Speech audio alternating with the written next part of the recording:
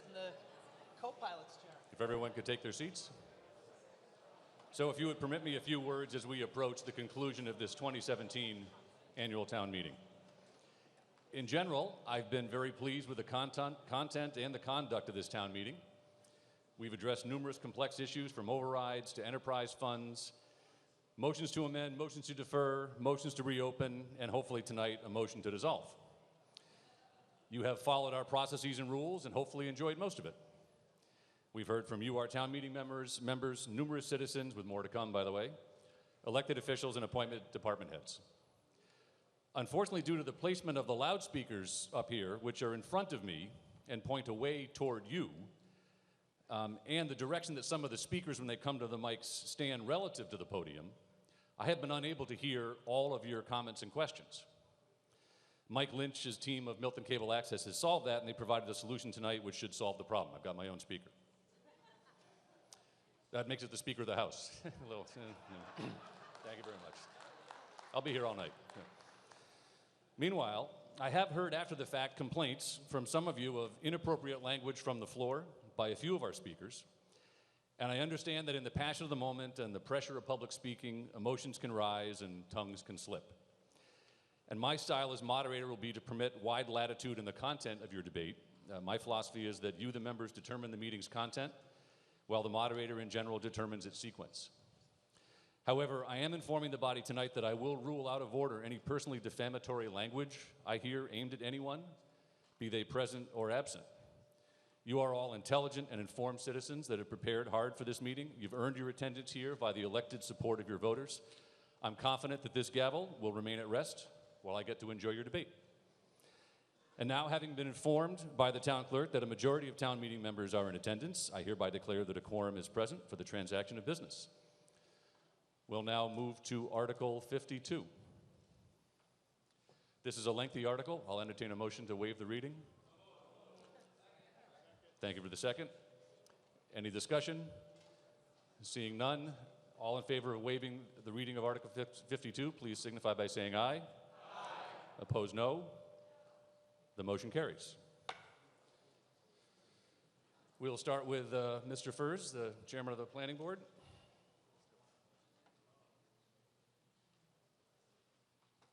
Thank you, Mr. Moderator. Good evening, everybody. Brian Furs, chairman of the Warrant Committee, member of town meeting, precinct number 10. What did I say? I'm the chairman of the planning board. Sorry. Okay, so we're here now for the planned unit development article, and this is largely related to a project that most of you know as the Blue Hill Ice site. It's been a site that we've been working on for, I think, 3 town meetings now, and certainly there's been discussions for many, many months, going on years, with regard to this article. It's been a very interesting process. We've had a great public dialogue, both in front of the planning board and in community meetings, in the press, on Facebook, in people's dining rooms, and hopefully we'll see some good progress on moving this project forward tonight if that's the will of the body. There have been a couple of minor changes here that have come up as we approach town meeting that were offered as friendly amendments, and the planning board would like to offer those to the warrant committee to consider as friendly amendments this evening. And I'm going to introduce those now with the help of the clerk. The first is that we reference including picnic tables, and it was pointed out to us that picnic tables is awfully specific for a zoning bylaw. So we're going to go ahead and change that, or request that the warrant committee accept an amendment to change that to outdoor seating. The second change is that to the end of the second paragraph of section 3, we've added a sentence to clarify that the setbacks from the parkway will include a restriction on parking, meaning that there will be a full setback that is unimproved with parking or buildings. And that should be up behind me now. Parking areas shall be set back at least 60 feet from the lot line along the parkway. So that would be a second amendment that we would ask the warrant committee to accept as a friendly amendment. The third comes as a really a language change that just clarifies the reference to floor area ratio, which is really a development industry standard term.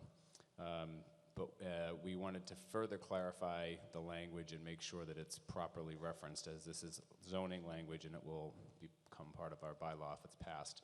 So in, I'm sorry, Julie, what section is that? In section 2, we've changed the reference to FAR to say the total floor area ratio, or FAR, open parentheses, the ratio of the total square footage of the building or buildings to the total square footage of the lot, close parens, of any development shall not exceed 0.3. FAR is typically referred to as a ratio in the industry, and we put it in as a percentage when we did the zoning. So we're just really clarifying that to reflect industry standard. So that would be the third request we would make for a friendly amendment to the warrant committee. And before I ask April Anderson-Lamero to step up and kind of walk through this quickly, I just want to again reference the fact that this has been a very intense process to really vet this article carefully. We've heard a lot of public feedback. We're going to hear some more tonight. And we do believe that after much back and forth, compromise on both sides, that we've come up with a pretty good article that could really bring a nice amenity to Milton and seems to reflect what a majority of people spoke to about the planning board when they came forward during our public meetings and public hearing. So with that said, I'll turn this over to April to walk through the specifics. Thank you.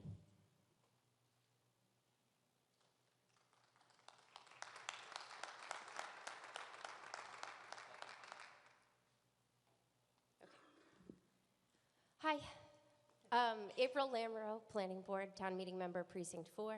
Thank you for coming back. I had a little weird dream last night that I was going to be the only one here tonight talking about the Ice House. So as Brian mentioned, this article has a bit of history. For those of us who are in the room, in February of 2016, you will recall a citizen's petition that was brought forward and then referred back to the Planning Board for further study. Since that time, and I've only been on the board since last April, but for the past year, the Planning Board has spent a lot of time, many meetings, 2 public hearings, a lot of time hearing from people who both support the article, those who don't support the article, and then somewhere in the middle where people have just general concerns. All of the feedback that we heard was weighed very carefully, considered very carefully during this process, and ultimately the Planning Board determined that change is happening at this site. No one disputes that change is happening at this site. And we felt as though the best course of action to guide that change and guide the evolution of this property is to create a zoning change that has controls in it that the zoning board can enforce. So we think that a zoning change helps promote a positive destiny for this site and for the neighborhood, and that the best way for us to ensure that the neighborhood concerns are thoughtfully considered is through the zoning change, again, giving us the tools in the planning board process to make sure that these things continue to be considered through the process. So some people may disagree with this approach, and that's okay. And I suspect we'll hear from some of those folks tonight. But we believe that Article 52 represents a balanced, thoughtful, and reasonable approach to mixed-use development of the Ice House parcel that both preserves and protects the parkway to the fullest extent that we are able, that respects the historic significance of the former Ice House operation for our town, and that reinforces the highest levels of protection be afforded for the abutting conservation areas and the neighborhood.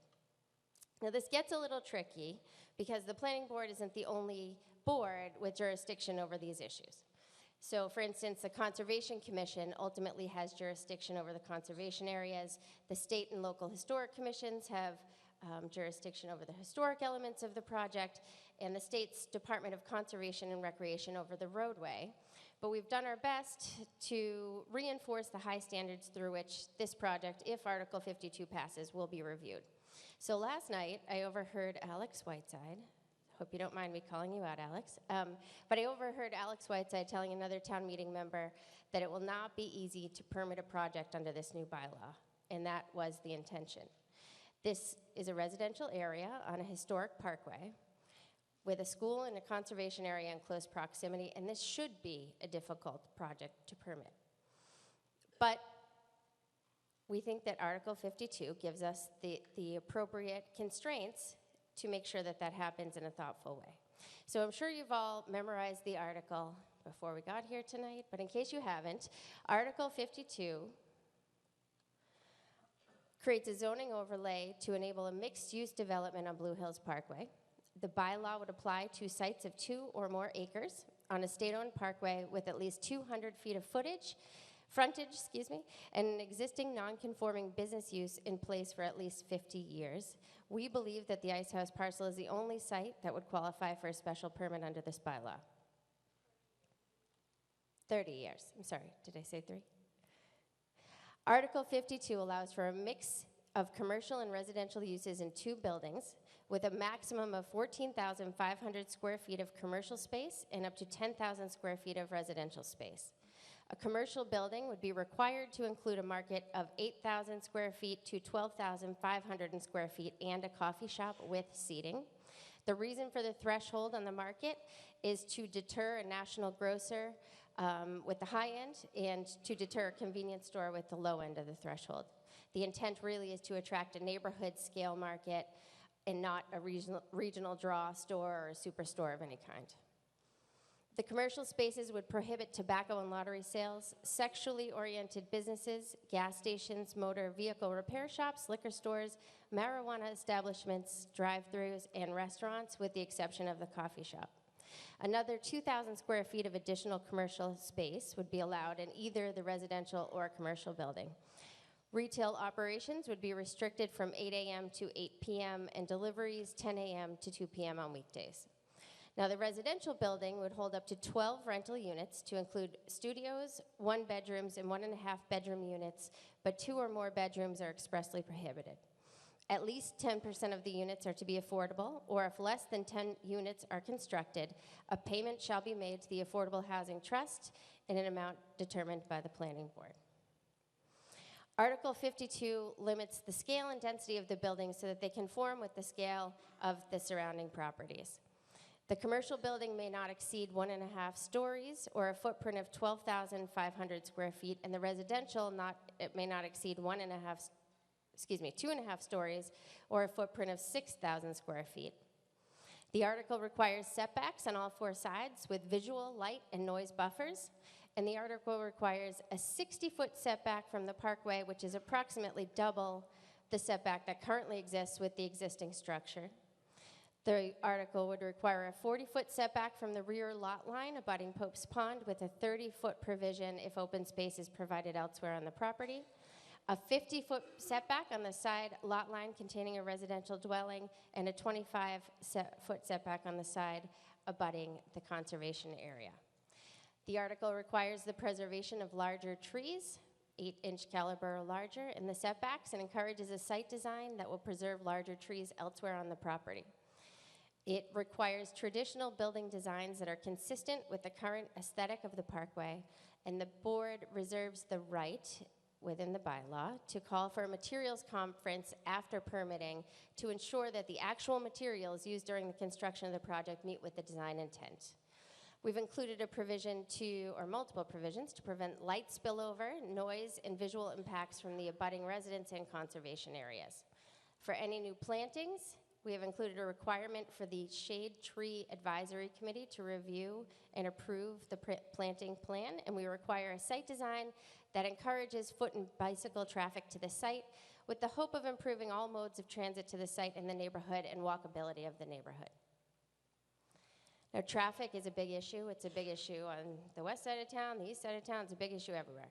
Article 52 requires a comprehensive traffic study to contemplate vehicular, pedestrian, and bicycle traffic, and requires the town to pursue a third-party review at the expense of the developer to confirm that whatever estimates we receive from a developer or from an applicant do meet with our expectations.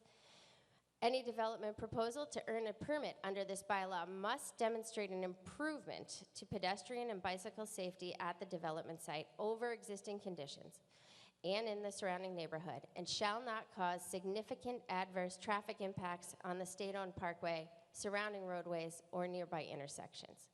The article goes on to state that any project permitted under this section must demonstrate safe entry and exit from the site with maximum compatibility with the design and appearance of the historic parkway. Ms. Lambro, you have 2 minutes. Okay, so DCR owns the parkway. And the truth is, DCR could today permit themselves to make a cut in the median or make significant changes to the roadway. We would have no control over that because it's a state-owned road. What we do not expect is that that will happen. We see no evidence of that. We were denied that opportunity when the high school was built. Recently, I requested a permit to put a third-grade art project on the parkway and was rejected by DCR for safety concerns. We really don't have any evidence to suggest that there's going to be a significant change to the parkway that DCR would support, but in order to signal DCR that we would not be in favor of such a change, we included this compatibility language. So what happens if Article 52 is approved? Well, the same thing that happens every time a special permit happens.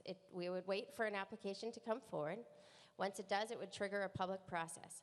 But we've taken it actually one step further in this bylaw than would normally apply. And we've created a new neighborhood involvement provision that would require any applicant to have a pre-meeting with the neighborhood, notice any abutters directly within 300 feet of the property, and publicly notice the meeting.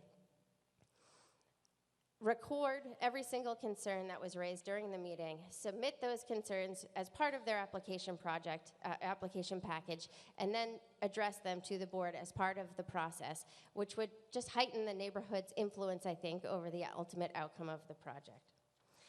So ultimately, the future of the Ice House parcel is, I think, decided here tonight. We can pursue this mixed-use bylaw, or we cannot pursue it.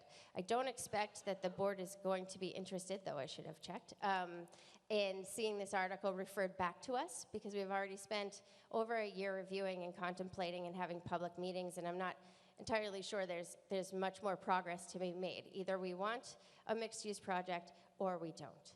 So I look forward to the debate tonight. I think the planning board would encourage a yes vote, and I thank you for your time.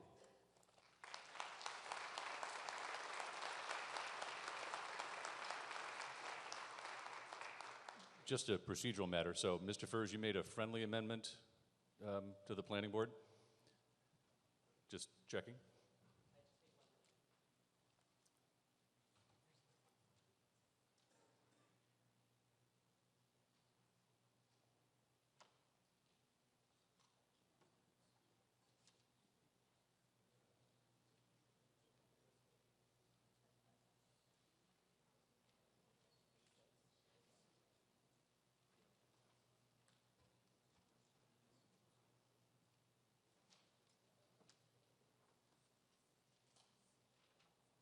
We're just waiting for the warrant committee to weigh in on the friendly amendment.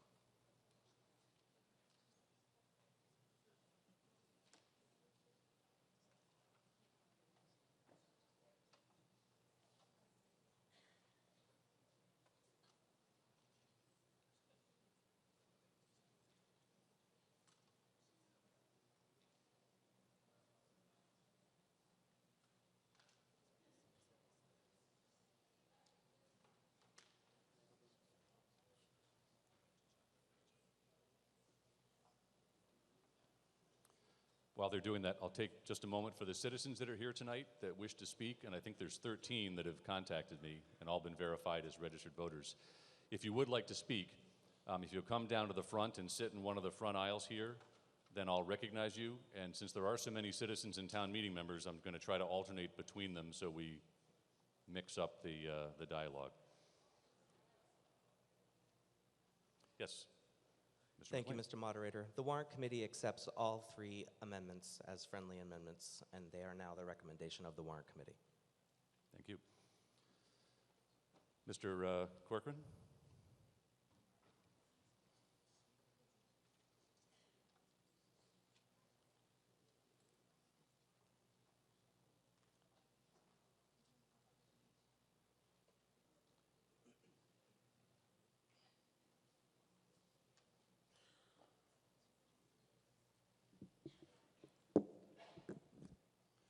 Thank you, Mr. Moderator. Members of town meeting, Ned Corcoran, Precinct 3, and I am a counsel for the McKean family, which owns the property considered the Ice House on Blue Hills Parkway, and I'm joined down here by Pat McKean, who's one of the brothers who grew up at the property. I think I'd like to call this Ice House 2.0 because many of you were here last February when we started an interesting debate, and on my motion, we withdrew it. We asked it to be returned back to the planning board for further study because it was clear that there was concern among enough town meeting members whether this should pass. I'm surprised the trees are still standing as a result of our withdrawing that motion, but they are, and the McKeans authorized me to move forward with a process at our risk, at my risk and their risk to go forward. There are no new plans. There's no new information that was developed. They invested a significant amount of money getting to last February. They've spent no new money, and I've spent the last 16 months essentially on my dime moving this forward because I think this is the right thing to do. And in that process, I conducted or was involved in more than 30 meetings. I hosted half a dozen plus at the library, participated in hearings with the planning board, selectmen, warrant committee, conservation commission, and others with respect to this plan. I can tell you that it's a compromise because we came very close at the last minute to say no to the recommendation of the planning board. But I think we can live with the article, and I think we will produce a good project as a result. But it was a very close call. In that regard, I made it very clear over the weekend in some email traffic that we would accept no amendments. We're going forward on this bylaw tonight, up or down. And you need to vote to choose the future of that site. So I call it the hole in the donut. It sits in the middle of the parkway, surrounded by a lot. Lots of new customers, lots of people who need service and who have expressed the desire for the type of services that would come if this bylaw is approved. Existing conditions, it's got old buildings, a little bit of some beautiful green space in front with some magnificent trees, a connection to the rear, existing conditions that encroach into land owned by the Conservation Commission. Those conditions were there before the town acquired that property for conservation purposes. Last year we showed a possible site plan replacing buildings for buildings. This is a 30-foot setback. This building, if it were to be built in a similar size and scale, would come back 60 feet. This building would be presumably relocated to some degree. This was the potential development plan that we showed. This actually shows a first-floor market with second-floor offices. If you recall, last year we talked about second-floor offices. Those are gone. This would be a 1.5-story. There is no second story here. And this building, which contain a bank or some other small retail, can have up to 12 units. This is what you get if you vote no. There are two choices here. If you vote no on the bylaw, you are voting yes for this alternative, because we're only voting yes tonight. We're voting yes for the proposal and yes for the alternative. And the yes is 80-plus units of affordable housing. It looks sort of like this. Assume 1.5 children per unit and a net impact of cost to the town of well in excess of $1 million. I don't want it. I think most people don't want it, but that's the option. Changes are coming to the property and changes are coming to the parkway. There's going to be intense redevelopment of this site. It is going to change. The developer in the town will need to work with DCR, as April explained, and there will be changes and impacts to the parkway. There'll be impacts and changes to the surrounding conservation land, but all of that is manageable and all of that is doable. We take no position on how and whether there should be access, what type of access there should be for the off the parkway. But one of the things that we're going to want to do if we're going forward is really understand what happens if trucks can't take a left-hand turn in and they may need to go down further before they turn around and come back? Not sure that's a safe alternative, but that certainly will be studied by the traffic designers and will be worked on with the town and DCR. And DCR will make the final call. So the proposal, I think, meets several goals of the master plan. Economic redevelopment of an underutilized site. It's a beneficial reuse of a pre-existing non-conforming property that is not in its premier shape. It'll provide amenities, housing variety, including affordability for young couples. There was an intention to have those apartments as one-bedrooms, so there would not be children. I'm not sure anybody would want to move in with children who would have to play in the parking lot below, but it's intended to be for singles and young couples. It'll improve the town's tax base with minimal impact on services. We're estimating somewhere in the $200,000 range in net new tax revenue. Some new donors for some of the things that go on in town. It will preserve and enhance streetscapes and historic presentations of the parkway. It will improve walkability to neighborhoods to the west of Pope's Pond, to the north, and across the parkway. And there will need to be a safe crossing of some form or another. So as I said, there's a fundamental question. What type of change do you, as a town meeting member, support for this site? In what type of redevelopment option, if it's not Plan A or Plan B, would otherwise work for the McKean family and the town? I'm not sure there is one. The property is going to change. Its underlying zoning, Residence B, is not going to apply to the redevelopment. There is no economic return to the McKean family for building a couple of new homes on that property. The planning board has sat through a lot, and I give them a lot of credit. And I particularly give April credit because at the last minute, she revised and reworked this bylaw to make it work. So I'm suggesting that there's a positive outcome. It's this development. And I'm asking for your vote tonight. The McKeans are asking, and I'm asking for your vote for this alternative tonight. Please don't vote yes on Plan B.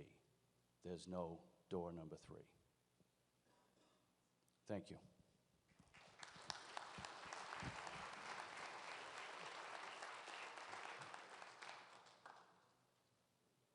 Why don't we start, Mr. Frizzetti, I think you were first, and then we'll go to some citizens and back and forth. Thank you, Mr. Moderator. Steve Frizzetti, Town Meeting Member, Precinct 7, and member of the Board of Cemetery Trustees. In the presentation by April, there was, I noticed it said that it was prohibiting several different types of businesses, including restaurants, and I'm wondering, because I think that would be a great location for a restaurant. Personally, I'm wondering if that was like a concession to the neighbors or what the reasoning behind prohibiting restaurants was. Especially with the local option meals tax. Mr. Furs. Thank you, Brian Furs, Chairman of the Planning Board. And thank you, that's a great question, and I actually knew it was going to come up. I should have probably addressed it earlier. The restaurants is a very appealing use for a lot of reasons. From an amenity standpoint, from a developer standpoint, it's a great demand generator. There's lots of retail demand from restaurants these days. At the end of the day, the focus of this project was to create a neighborhood market and gathering spot, the market being the primary objective, which is made clear in the purpose. Restaurants bring a lot of parking, and that made the combination of a restaurant and a market use incompatible based on the size of this site and the inability to park both uses. We also understood that a full-service restaurant would bring additional traffic, perhaps from outside Milton, and also has a later use threshold. I believe the uses here are required to close at 8 p.m., April? It's 8 p.m., correct? And a restaurant certainly would not be able to close that early. So in respect to the neighborhood and its concerns, we went with a use that would be able to live within those hours. So that was the thought process and the discussions that took place on the restaurant use. Sir, I think you were the first in line. If you could state your name and your precinct for us. If you don't know that, your address. Let's see. My name is Joe Modugno, and I'm at 248 Blue Hills Parkway, which is precinct 4, right? And I've lived on the Parkway since 1999 and Milton since 1994. So I spoke at town meeting for the first time on this rezoning issue a year ago and was sincerely hoping I would not have to speak about this again at town meeting. But here I am. It's an honor, and I thank you for the opportunity. It's been quite a year of listening and learning, attending planning board meetings, reading and analyzing documents, researching town history and zoning laws. As I've sought to educate myself, I've also tried to educate my neighbors on the Parkway as well. Most of us with concerns have formed new friendships and alliances in the process. A new neighborhood group called the Friends of Blue Hills Parkway has been formed with the aim of, quote, preserving and enhancing Milton's historic parkway for present and future generations. You can like us on Facebook if you want. I've spoken directly with DCR Commissioner Leo Roy about the parkway and its future, as well as Patrice Kish and Stella Lensing on the trees and cultural aspects of the parkway, where many great improvements are currently underway and will continue, I was assured. I was happy to learn of the DCR's ongoing parkway design study, which seeks to improve safety, reduce cars and speed, and generally make our historic parkways more inviting again to walkers and recreationalists, a worthy goal. But our piece of Boston's acclaimed landscape history needs our attention and serious consideration. In the last few weeks, my neighbors, many over here beside me, I have been contacted by a growing number of Parkway and side street residents who are against commercial rezoning on the Parkway and have signed onto a letter to our town meeting members, copies of which are available on the back table by the auditorium entrance. Looks like this. I believe this letter outlines our concerns fairly and thoughtfully and reflects a year's worth of research and pondering of what's before us tonight. My neighbor and I knocked on doors a few weeks ago along the southern end of the parkway between Canton Ave and 487 Blue Hills Parkway. Out of 6 people who answered their doors, only 1 resident was for the Ice House development. 3 were against the commercial development, and 2 didn't even know about it. The people we spoke with expressed concerns with increased traffic, noise, wild animals, rats in particular, which several residents are presently dealing with, and changes to the parkway median. When presented with the facts and a flyer, they have grave concerns with the rezoning issue. We need to remind ourselves that the issue before us tonight is rezoning, not the Ice House or even a 40B. Neither one of these exist. There's no developer or real proposals on the table. Either one is possible in some form or another, maybe, under the zoning article before us tonight, but there's no guarantee. This zoning article, even with its well-meaning restrictions, does not guarantee, cannot promise the preservation of the parkway as we know it, or the prevention of negative consequences to the neighborhood from commercialization. As one planning board member said in February, the Ice House is essentially a dream at this point. So with no developer, we're talking about the unprecedented action of rezoning for commercial development in a traditionally residential neighborhood. Clearly, there has been support for a particular kind of development on the 487 Blue Hills Parkway property, which indeed will change and will be developed. But zoning by referendum or popular petition, email letters, online click surveys is not good zoning. It's not wise or responsible zoning in a town that has had a history of responsible zoning. Zoning by or due to threats isn't good either, and there have been plenty of threats. Planning board members have said many times in frustration while debating this article that the threat of a 40B or citizens petition is no way to do zoning. And it's also important to remember, excuse me, that the Planning Board and Warrant Committee have submitted this article with numerous concerns and, quote, criticisms. The article was nearly voted out at 2 consecutive Planning Board meetings in February. Voter petition drives and wants are valid and important to acknowledge truly. However, they should not usurp or replace the decision-making process of our elected town officials with a commitment and expertise in what they must work through. Zoning should not be a popularity contest test or a shout-out match. Anything that circumvents the facts of good judgment of elected officials is a mistake. Serious and complex matters such as rezoning should be driven by reality, given due diligence, and serve the best interests of the entire community. As frustrating as the process may be for some, it has value. It acts as a community preservation control. It forces elected officials to drill down into the details and make informed judgments, and it requires citizens who choose to participate and offer input into the process to be patient and think critically on complicated issues. We need to remember that preferential zoning equals preferential treatment. Zoning to accommodate the financial gains of a property owner or their financial partners is not only unwise and unfair, it's dangerous and potentially precedent-setting. Obliging the wishes of homeowners shouldn't be the concern of the planning board or of the town. Ultimately, it risks becoming a betrayal to the residents who purchased homes in a residential neighborhood for that reason, believing they were safe from commercial development and its negative spillovers. And there will be spillovers. As the attorney for the property owners reminded us tonight and has said at a public hearing, we're not going to get small density and low impacts. We're going to get impact. We're going to get scale. We're going to get traffic. We're going to get changes to the parkway. We're going to get development that's going to have to work itself out with the Conservation Commission. It's going to have to provide access to the conservation land and connections to the neighborhoods on the other side. I agree, not everyone wants to support the scale. The scale needs to happen to make the economics of this work. If the economics don't work, we're not going in that direction. Simple.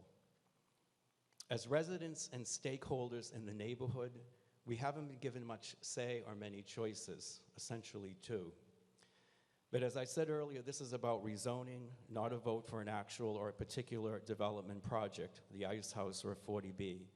The ethical question here is, why do we as residents and taxpayers living on the parkway or its adjacent streets have to fight so hard to protect our neighborhood when we have an existing zoning law that does this for us? Commercial development spillover effects upon residential values and the streets must be understood and most seriously considered. When I first heard about the proposed development, I wasn't alarmed initially. I figured the street would be protected given the current zoning law for non-conforming business properties. I became greatly alarmed when I learned of the property owner's request for a zoning change for a much larger development than I had imagined. Mr. Meduno, you have 2 minutes. Okay. Under the existing zoning of this property through the Milton Board of Appeals process, there's a very good chance we could get the kind of low-impact, small neighborhood market coffee shop people have been calling for, some affordable housing, and the guaranteed protections to the parkway and neighborhood, a true win-win for community needs and preservation. In conversations I've had with neighbors and friends who are for additional amenities in the west part of Milton, and in numerous town Facebook page interactions I've been part of, I've not heard people calling for large development or a supermarket or chain stores. People say they want something small. The best way to achieve this is to work with the existing zoning for the site, which provides protections for the parkway, the residential character of the neighborhood, and the surrounding conservation lands, a hidden gem all in themselves. These protections were wisely built into Milton zoning laws in the 1930s and have given us the distinctive community we love today. Why risk losing this distinction? We can and have conveniences and real protections. In conclusion, changing zoning is a big deal. Adding a commercial component to residential streets is a big deal. It cannot and should not be taken lightly by residents, In this, a coveted residential town. Intelligent, values-based decisions need to be made, and that's not easy. This requires vision that looks to the past as well as the future. It requires courage, frankly, and maybe a little sacrifice to gain something larger and more important, community integrity and preservation. Voting to approve a zoning change from residential to commercial, an unprecedented act in Milton, on the quiet end of a historic parkway, because of the pressure of popular support for a concept or idea that may or may not happen, or out of fear of the threat of a 40B or a citizen's petition, is a mistake. And rationalizing this vote by trusting in the special permit process is possibly naive and too risky, even at odds with reality, as a planning board member has stated. In a designated residential neighborhood, residents shouldn't have to work so hard to protect what the law provides already and the social contract they bought into guaranteed for them. All of us who bought into Milton knew what we were getting. Crafting or accepting a bylaw to maximize profit for a particular homeowner is not the right thing to do. People have accused me of being one of those people who say, not in my backyard, but I'm not saying that at all. What I'm saying is, not in my front yard. The parkway serves as a kind of linear town common which links the neighborhood together, and we're only doing what any of you would do if your neighborhood was threatened, if your public and open space was threatened. Sir, we're doing the work of what we believe is good citizens. If you could wrap up. Thank you. Thank you.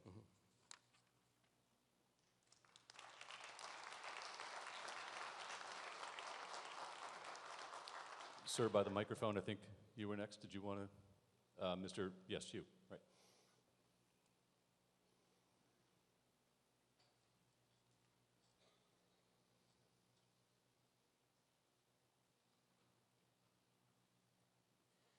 Hi, everybody. Can you hear me? I'm wondering whether I should pick this up, or maybe you can hear me just as I'm standing here.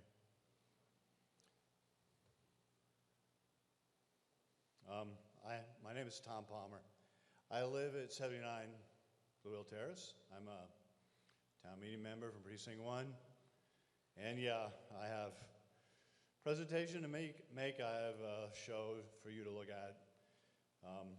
I'm going to make an argument about what the zoning says. Show you some pictures, a couple of video clips. I think the zoning really has some explicit consequences for the Blue Hills Parkway. I'll try to make that argument tonight. Here's my first slide. Can you see it? Is it up there behind me? Yes, it is. All right, I'm going to make it a little bigger.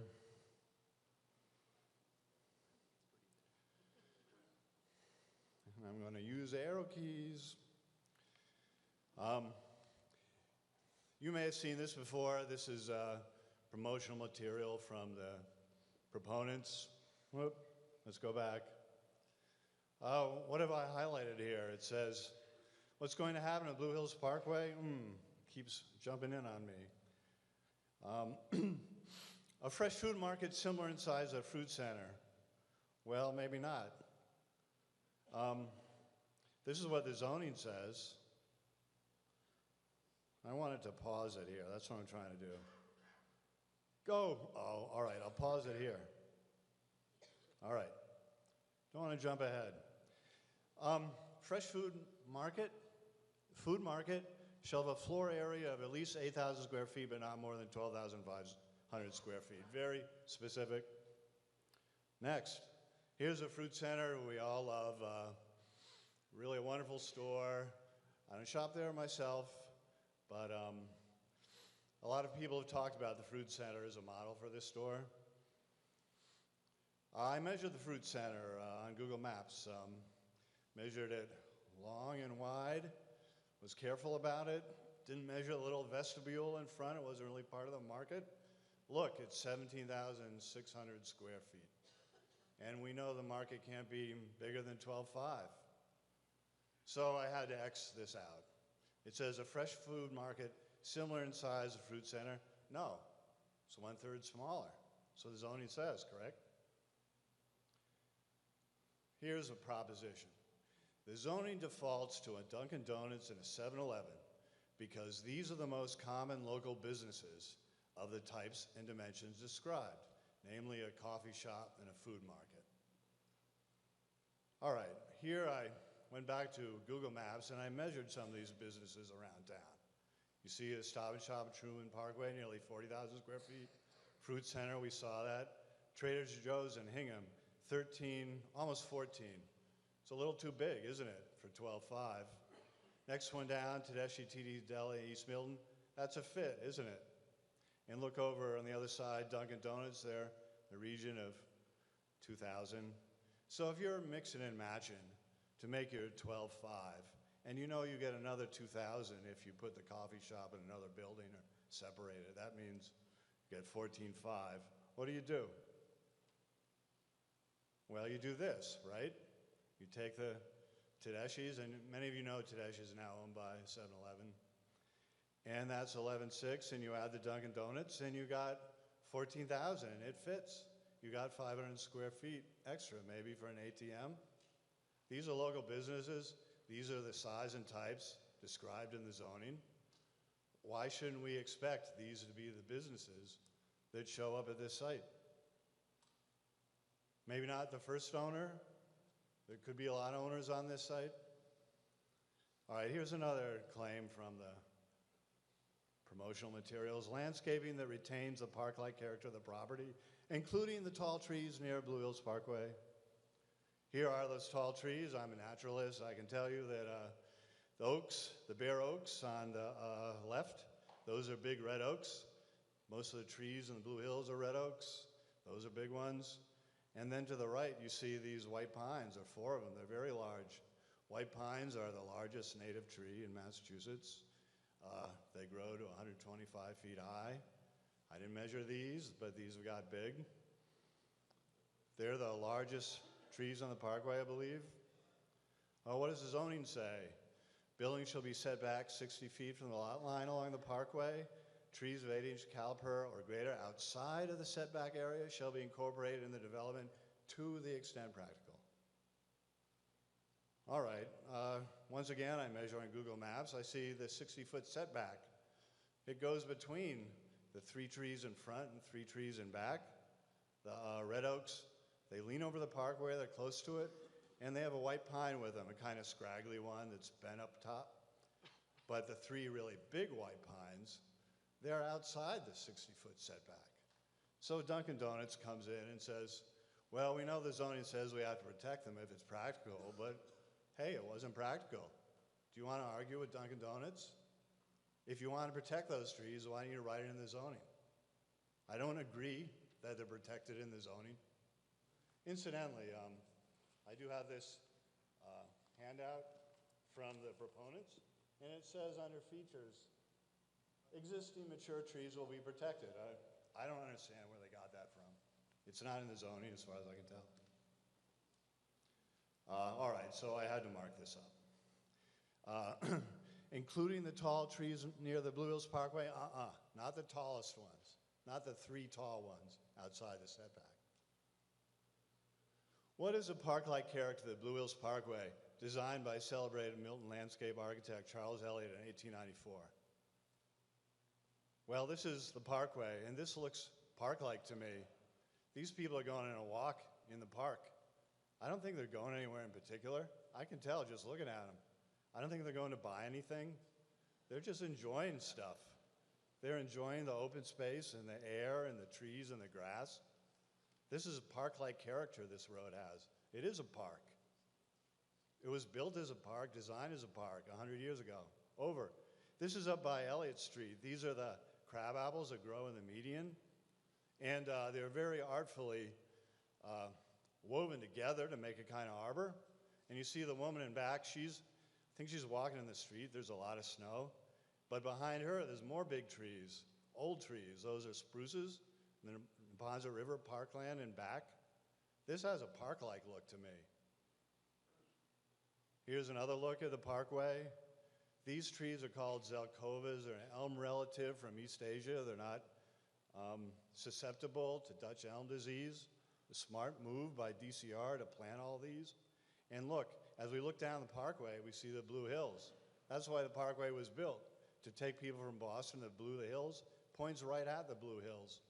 If you look in the pavement on the left, you see it gets shadowed far out there, and then there's a band of light. This is early in the morning. That band of light is the entrance to the high school. So there are no trees right there and the light shining through. If the ice house were built, I think we would see the traffic signals here. It's part of my argument. You can't build what the zoning describes without traffic lights. Mr. Palmer, yeah. 2 minutes. I really have a lot more. I have videos. All right, here's the Wikipedia page. Here's a National Historic page. How will drivers get to the convenience store? They can come south along the Parkway. That's what I do. That's easy. Or they can drive 1,100 feet north, and they have to because there's no cut in the median. They can do the U-turn at Parkway Crescent. All right, here's a little video of Parkway Crescent. That's where the pressure will be. This is called a slowdown, I would say, at the Crescent. You know, if you get a lot of people going to these businesses by turning at Parkway Crescent, they're going to stack up in the left lane. I went down to photograph it, and it just happened there was a fender bender there. And you see one of the persons who was involved in the accident parked in the left lane, and look what the people are doing behind. They're having to move out into the right lane, out of the travel lane to get past. And that's where people are, and bicycles along the road. So if you stack people trying to get back to the development here, you force traffic into an unsafe area. And we want people to come to this business. We want a lot of people to come. But there's no way for them to come except to come through here. That's an issue, in my opinion. That's why I believe when you build this, you have to build traffic lights. You have to give people a way to get in. And there isn't any. The median is blocked. There's a median, makes it one way in that area. Now I'm trying to get up in here. Oh, here we go. I got to hold this down and press it up, right? Or I got to go up here? All right. This is immediately after the accident. You know some of these people, maybe. There was a fender bender. The Malibu was trying to get through the median, poked out too far, bam. Next. This is how there's no good way for inbound commuters to reach the market because of this lack of a cut. It's 1,100 feet. This is the way they have to come around back. And I remember Mr. Kelly, formerly the planning board, saying, this is not the fruit center. Fruit center is streets on 3 sides, parking all around, a business district. This has a street on one side, which is effectively a one-way street, and conservation. Mr. Palmer, if Yeah. you could start to wrap it up, please. All right. What would you say to ask in the meeting if they want to hear my whole presentation? Okay. Sorry. All right. I get it. Thank you, sir. Yes. This is the scene coming into the Parkway on Unquity Road. It's a 1 minute time on this light, and every 1 minute it's green for 30 seconds, and every 30 seconds about 15 cars that pile up around Yulin Rink get through. Now these are the customers you need for your coffee shop and your market, and yet they have no way to get into it. And if you want the market to succeed, you need these people. So you have to do something on the Parkway. Mr. Palmer? Okay. Okay, thank you. In my opinion, you need new traffic lights. You can't get the traffic lights. Yes? Mr. Palmer, Okay. please. I'm going to Please. stop. I thank you for listening, but I would say that there's a lot more involved to this, namely traffic lights, than we know, and for that reason, I don't support it. Thank you.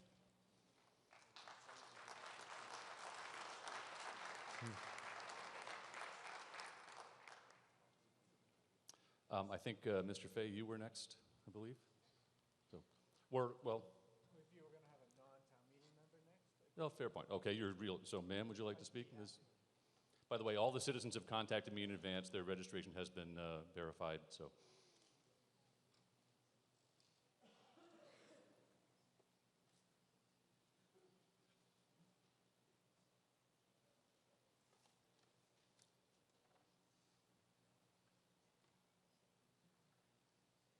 Good evening. I'm Annetta McSweeney, and I'm a resident of the Parkway and of Precinct 4. Why is your vote regarding changing residentially zoned land to commercial pivotal? Why should you care about the Blue Hills Parkway and its surrounding neighborhood? We all share the values of the places in which we live. The Parkway is in my front yard, and the front yards of many stretching from the historic bridge over Neponset River in Mattapan to Unkety Road of the Blue Hills Reservation. Buying homes on this parkway commits us to an investment in and a stewardship of the integrity of this road. We are, for the most part, small properties surrounding this parkland. My home has been in my family now for 100 years.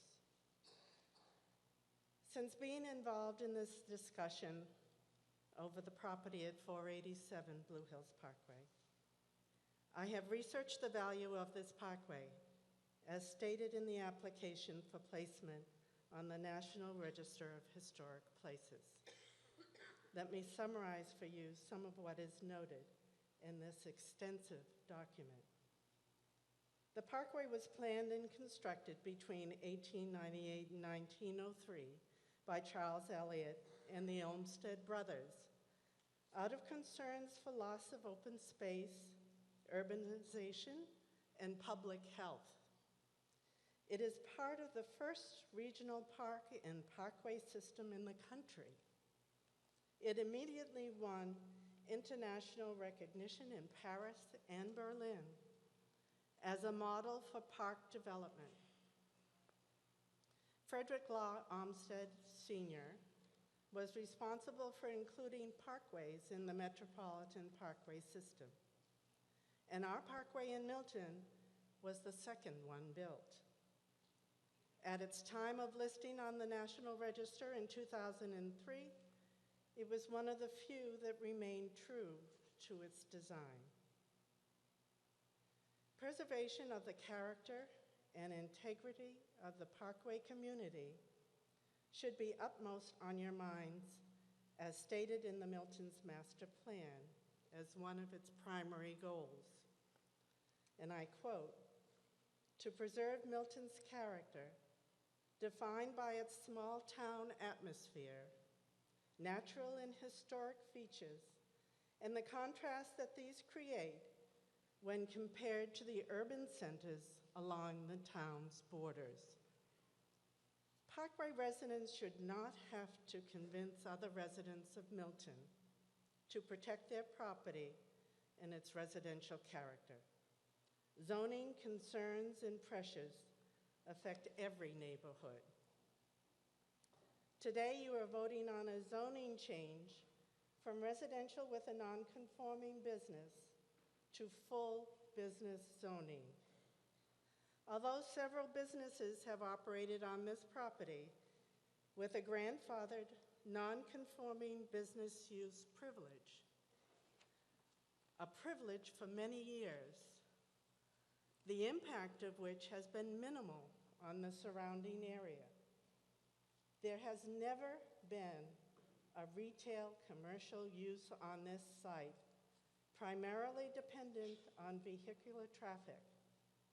Traffic and the flow of cars from our side streets and driveways are already a challenge daily, and safety is a real concern.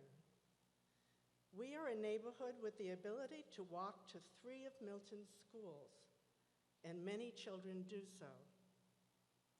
This change in zoning will cause a permanent, radical change in our neighborhood's character. At no point in Milton's history has such a change in zoning ever occurred.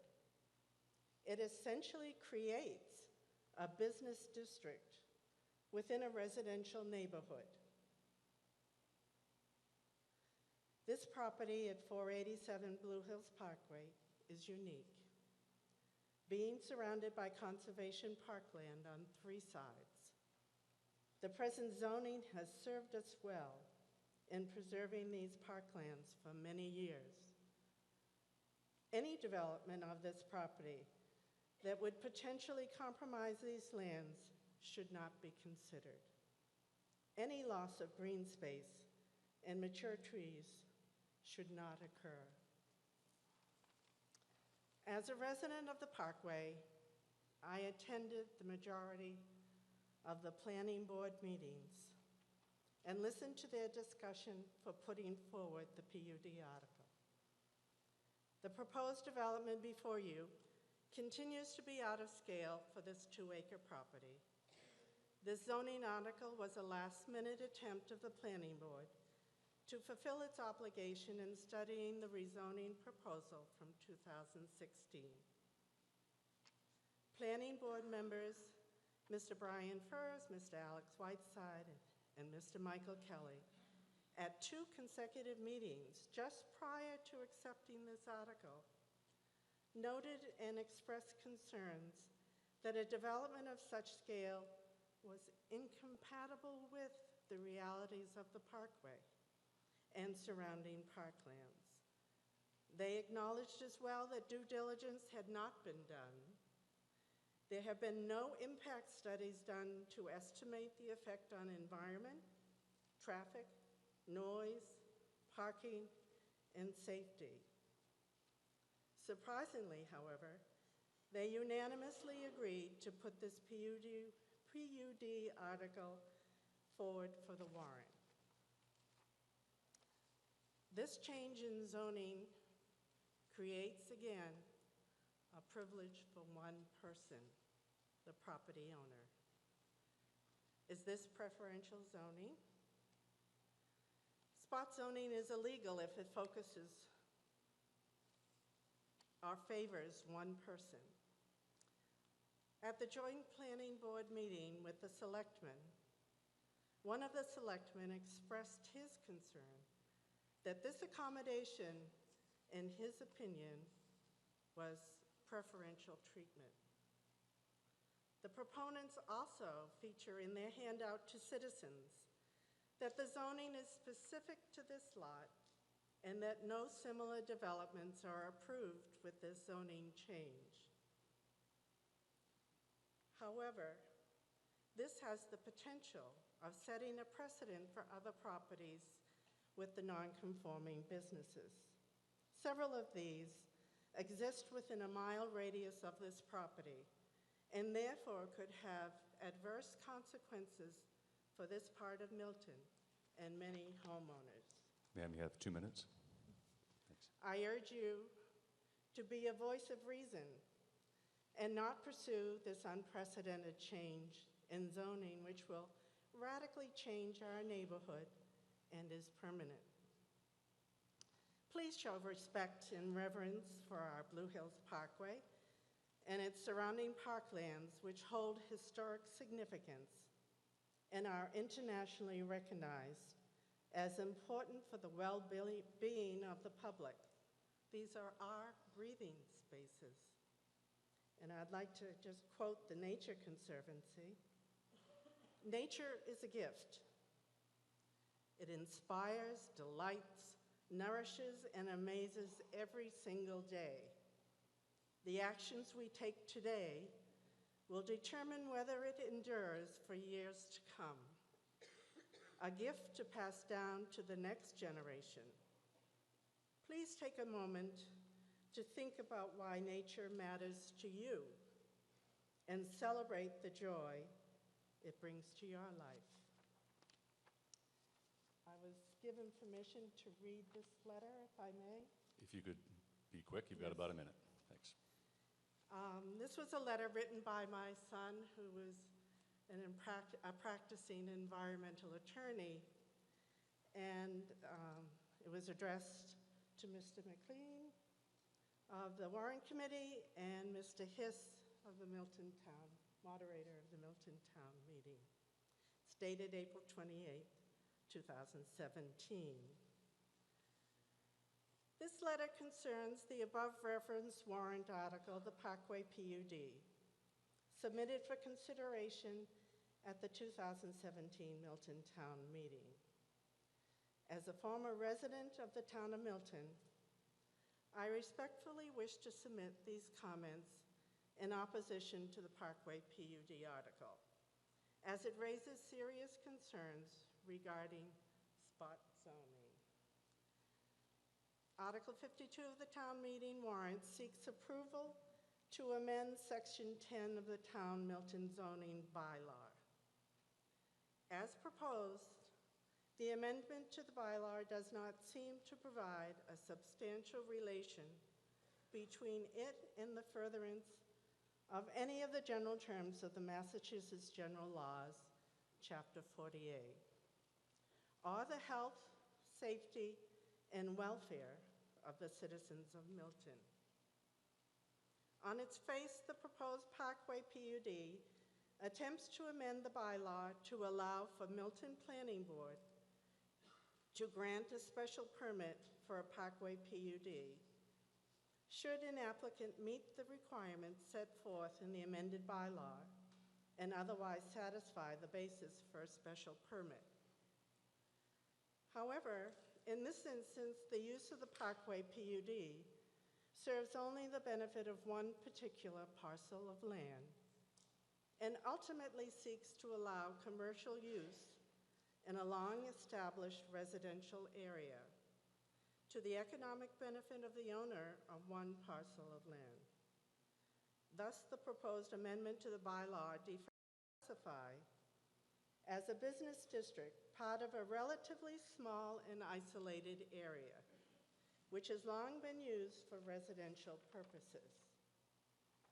If it were to prevail, the proposed amendment to the bylaw likely constitutes spot zoning, which has long been established as an unconstitutional act. In order for amendment to a zoning bylaw to be valid, there must be a showing of some substantial relation between the zoning code amendment and the general objectives of the enabling act. The law in Massachusetts has long held that a zoning ordinance or bylaw will be invalid if it is unreasonable or arbitrary or substantially unrelated to the public health, safety, convenience, morals, or welfare. Excuse me, folks. I'm giving a little leeway to citizens who are unfamiliar with our ways. I'm trying to hold the town meeting members to our 10 minutes. So, ma'am, if you could just wrap up, Yes. please. Thank you. On this well-established basis, when an amendment to the bylaw purports to reclassify as a business district part of a small and isolated area long used for residential purposes in a residence area, the bylaw amendment is deemed invalid. When a bylaw is amended by singling out from an established zone a particular lot for special treatment, this constitutes spot zoning, and the bylaw amendment must be held invalid. The Okay, proposed, ma'am, I think you've made your point. So if you could just wrap, let's. For these reasons, I believe the proposed warrant article should not carry, and respectfully submit these comments for consideration. David McSweeney, Esquire. Thank you very much.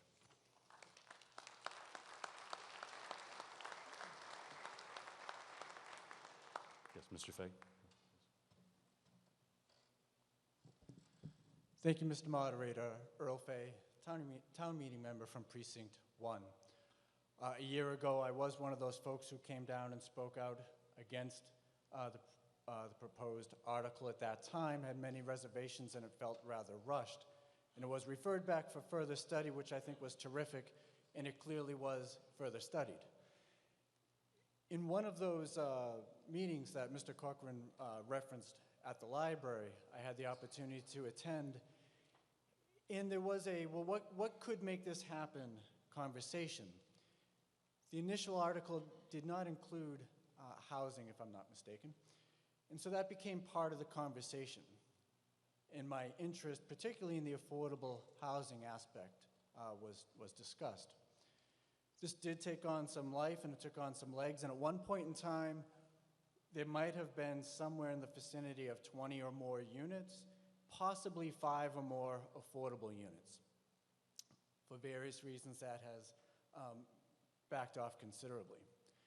And now we're at a point, and I pledged to Mr. Cochran that although I have many reservations about this, many reservations, and I'm uncomfortable, but I did pledge if we could find one unit, at least one unit, I'd be willing to move forward on this. And again, we had some life and we had some legs, but now we're not there anymore. We might be 10 or 12 units. We might be. But we also might be 8 or 9. And if we're 8 or 9, we don't have an affordable unit anymore. We might not have any. The article doesn't compel a housing component. It's just an option that there could be a housing component. Now, Mr. Cochran made it, let's not call it a threat, but was emphatic that amendments wouldn't be entertained. And I think that would be unfortunate, because I do think we could find something here. I do think in an article, in a development, of this size, there could be some absorption of profit here with respect to an affordable unit. And so I did send in advance, if it's here, I don't know, a proposed amendment. You don't have it? Okay. I had sent it. I'm sorry. Yes.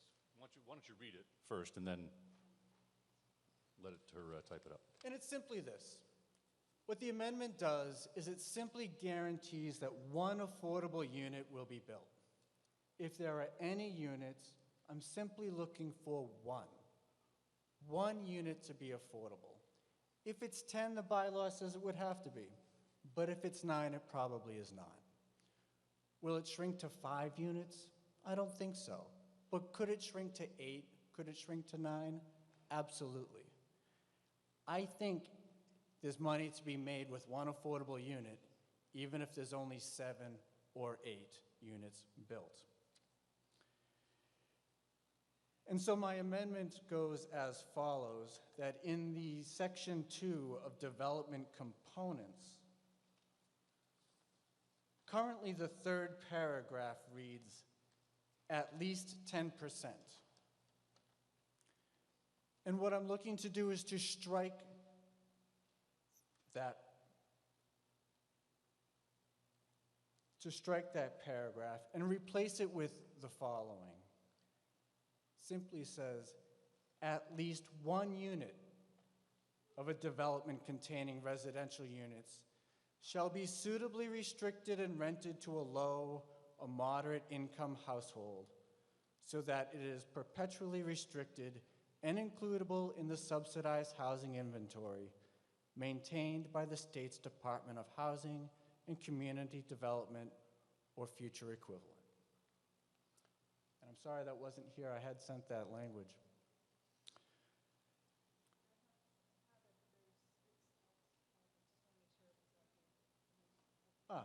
Okay.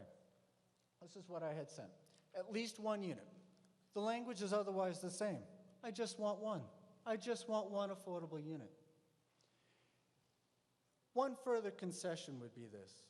Should there be no units at all, which is possible, I would like a very small contribution to the Affordable Housing Trust. And I've suggested that that be $10,000. And so immediately following this paragraph would be one sentence. In the event that the Parkway PUD is developed without residential units, the developer shall provide a $10,000 payment to the town's Affordable Housing Trust. So that's my amendment. Is there a second? So we now have before us a motion to amend. Is the text up on the screen? Everyone can see. Anyone wish to discuss the motion to amend? Yes, sir?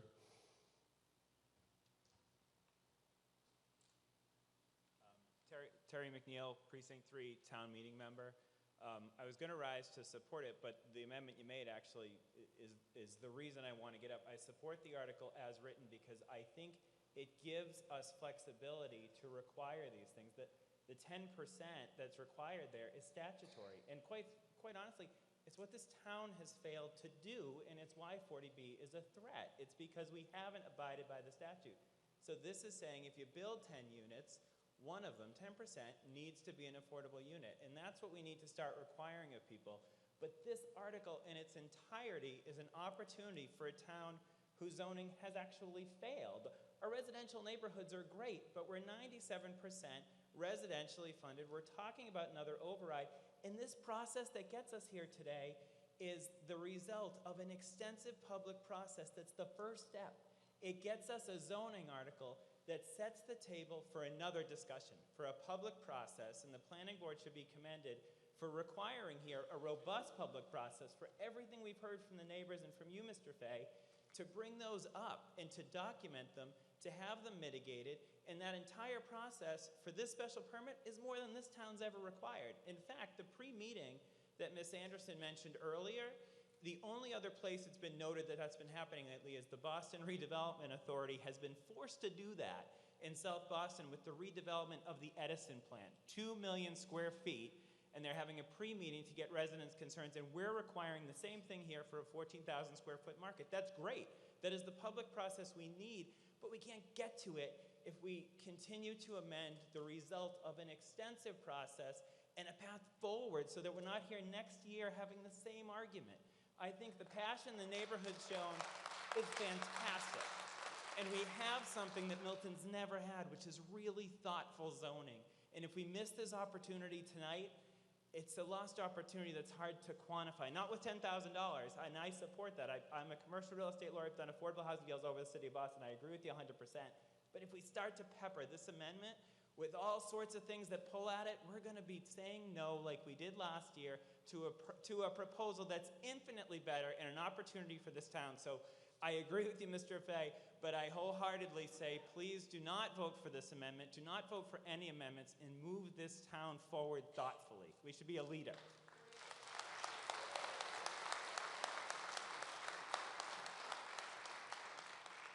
Does anyone else wish to speak to the motion to amend? Do we have an opinion of the planning board, or would you like to speak to it? Probably both.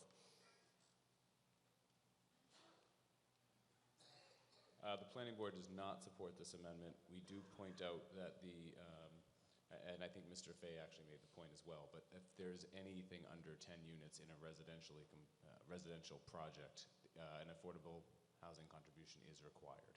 So we do make sure that we address that, respecting the 10% statutory requirement as well. So we do not support the amendment for many of the reasons that Mr. McNeil just mentioned. Thank you. Yes, Mr. McLean? The warrant committee has not yet voted, but I wanted to point out that the article as recommended by the warrant committee at this point does allow the planning board to set an amount. And Member Fay is trying to set it at $10,000, but I just wanted to clarify that the planning board, under the existing wording, would have the ability to create an amount through the special permit process. The warrant committee will now vote.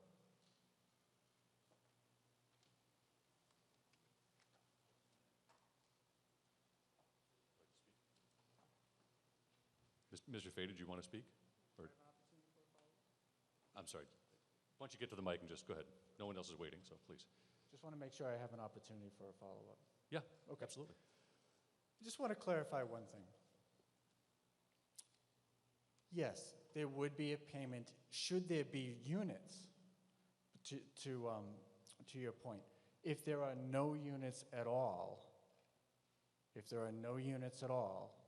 there would be no payments to the Affordable Housing Trust, as I read this. If there are no units at all, the Affordable Housing payment is only if there are units built. I don't believe that's true if there are 0 units built. And so if there are 0 units built, I do believe it would be appropriate for the developer to contribute something, should that number be 0. Something. And I don't believe this is I don't think this is truly a deal breaker. I really don't. Thank you. You have a vote? The warrant committee votes no on this amendment. Since this is a motion to amend, it just requires a majority vote, even though the underlying vote is 2/3. So we'll call for a vote. All those in favor of the motion to amend, please signify by saying aye. Aye. Opposed, no? No. The motion fails. We're now back to the original motion. I think I had Mr. Fay, I had one of our citizens, I think, was next. So, are you a citizen, sir? Yes, I think I saw you. I was going to go citizen town meeting just to try to keep it balanced. Remember your name and address, please. By the way, the citizens haven't disclosed to me what their intent is to say. I don't know what their point of view is. Hi, my name is Erin Hardy. I live at 155 Robbins Street in Milton with my husband Kevin Hardy and our 2 kids, a 2nd grader at Tucker and a 3-year-old at the Carriage House. I was approved to speak tonight on behalf of my husband, Kevin Hardy, who's a Precinct 1 town meeting member. His work has unfortunately pulled him to New Jersey this week without any flexibility to be here, and he is, in his words, heartsick not to be here tonight. He's been very actively involved in both the community engagement and the town governance conversations related to the zoning for the Ice House property. He asked me to speak tonight to make his voice heard one last time before Article 52 goes to vote. Kevin is strongly in favor of passing Article 52, as am I. We are both Milton parents. We both coach town sports. We do a lot of volunteer work at Tucker, including being on the school's diversity committee, and also in my professional life, I'm a researcher focused on the role of communities and housing for shaping child health and well-being. So between the 2 of us, we're very invested in this issue. To us, the Article 52 zoning represents a really unique opportunity to meet a lot of goals and needs at once. So first, it offers a walkable destination and a neighborhood connection point for the Tucker neighborhood, something that we are sorely lacking. Many of our neighborhoods that we know have moved to Milton from urban neighborhoods in Cambridge, Jamaica Plains, South Boston, and most of us left the city for some combination of more space, more sense of community, the schools, but we traded off walkability and connectivity of our city neighborhoods, which we loved. So as we see it, the proposed zoning really sits at this sweet spot for what people want. It brings in some of the best features of urban living, like walkability, connectivity, usable green space, light commerce, but it also stays true to fit with the surrounding town infrastructure. Also, from a child and family health perspective, the lack of walkable destinations and communal and connection space on this side of Milton is an equity issue within the town.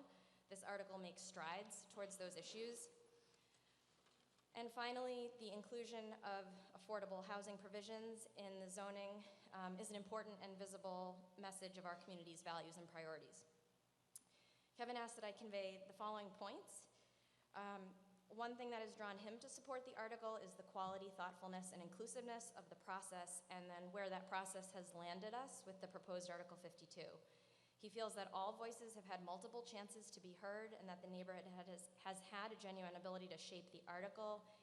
He sees this evidenced by the fact that the footprint is smaller than originally proposed and that housing, including affordable housing, has been added into the mix. In sum, he feels it's been a very high quality and inclusive process with competent leadership thus far. So is asking for those of you who may be skeptical or uncertain, which is understandable with a big change like this, that you trust our town leadership to take this zoning and bring a development consistent with the future vision of the town. Secondly, he wanted to re-emphasize that the article has the overwhelming support in the community by neighbors who live close to the site and beyond. As a town meeting member, he received numerous emails from Precinct 1 voters. I also, in terms of coaching, being at school, daycare pickup, there's a tremendous amount of excitement amongst our peers about the potential for this project in the neighborhood. In fact, he received, he said, not one single email asking him to consider a no vote. Given that the Warren Committee and the Planning Board unanimously voted for this, it gives Kevin and me hope that the town meeting members will represent the interests of the people who elected them and represent that overwhelming support and vote in favor of the article. Finally, Kevin also wanted to counter a narrative that has emerged, which is that people in favor of the ice house are not well informed. He's heard repeatedly that those in favor don't know what they're signing up to, have an unrealistic vision of what will be built. On the contrary, he believes Milton residents have used the course of a year to become very well versed in the zoning, what it allows and disallows, and that they've had to be well informed in order to substantively participate in and influence the conversation and the governance decisions that have shaped the article over the course of a year. So Kevin and I hope that we've convinced at least one of you sitting out on the fence to vote in favor. He needs at least one vote to make up for his yes vote that's sitting in agony in a hotel room in New Jersey right now and missing these proceedings. So I thank you for your time.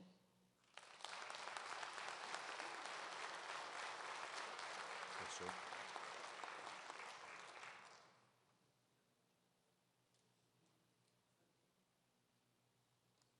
Hello, my name is Keith Schleicher. I am a town meeting member for precinct number 4. I live at 376 Blue Hills Parkway, which is pretty close to the proposed ice house. Me and my family are 1,000% behind this. I went to some of the town meetings to see what was going on. I went to the open houses, the forum to talk, and I saw the same people, the voice of no, saying no, no, no. And I said, you know what? I know there's a lot of excitement behind this. I know people want this. I know I want this. I know all the people I've talked to want this. But not all of them can come to all these meetings. So I started the online petition. I was hoping, you know what? 25 people can sign this, and that'll be a big impact. 25 people, that says a lot. Well, we got 50 the first day. And then we kept on going and going. So next thing you know, we're at 100 people that signed the petition that say, yes, we support this. And I thought, that's awesome. Then later on, we had 250 people sign. I'm like, geez, people really want this. These are people in Milton that really want this to happen. They want a marketplace on this side of town. As of today, we have 820 people that have signed the petition. People in all the precincts that want this to go through. It's a great idea. People have worked really, really hard on this. A lot of thought has gone into this. It's a great proposal for the town. Going back to history, in the late 80s, someone offered to give the town a sum of money because he wanted to build something specific, but it was going to be in a historic district. So they said, no, you can't do it. It's a historic district. You can't change the fabric of Milton. But this guy really wanted to do it, and it was going to be in memory of his late wife. And it finally went to town meeting. Didn't go through the first time. They had to do a standing vote count, but it finally went through. And I can't imagine driving down Town Hall and not seeing the gazebo there.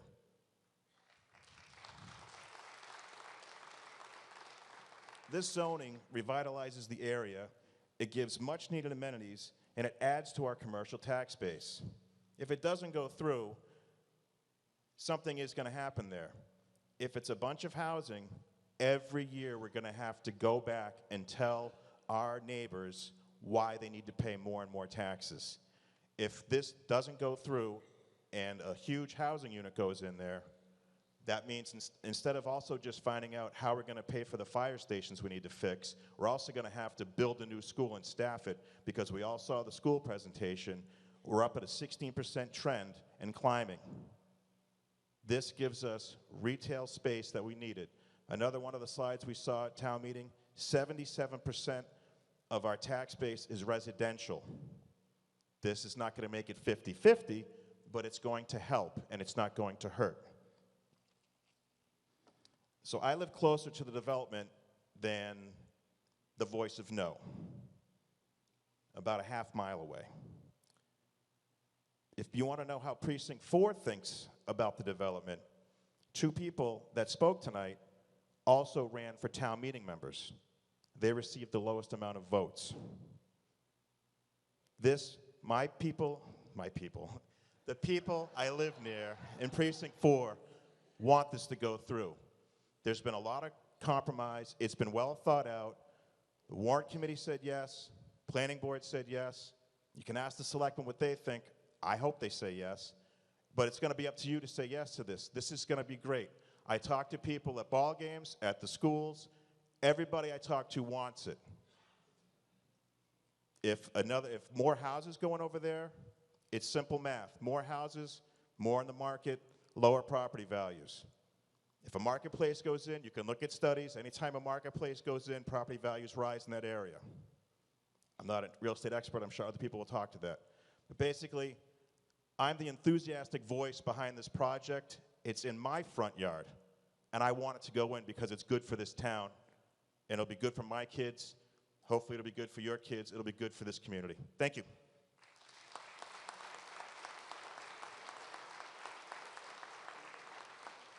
Ma'am, would you like to speak next?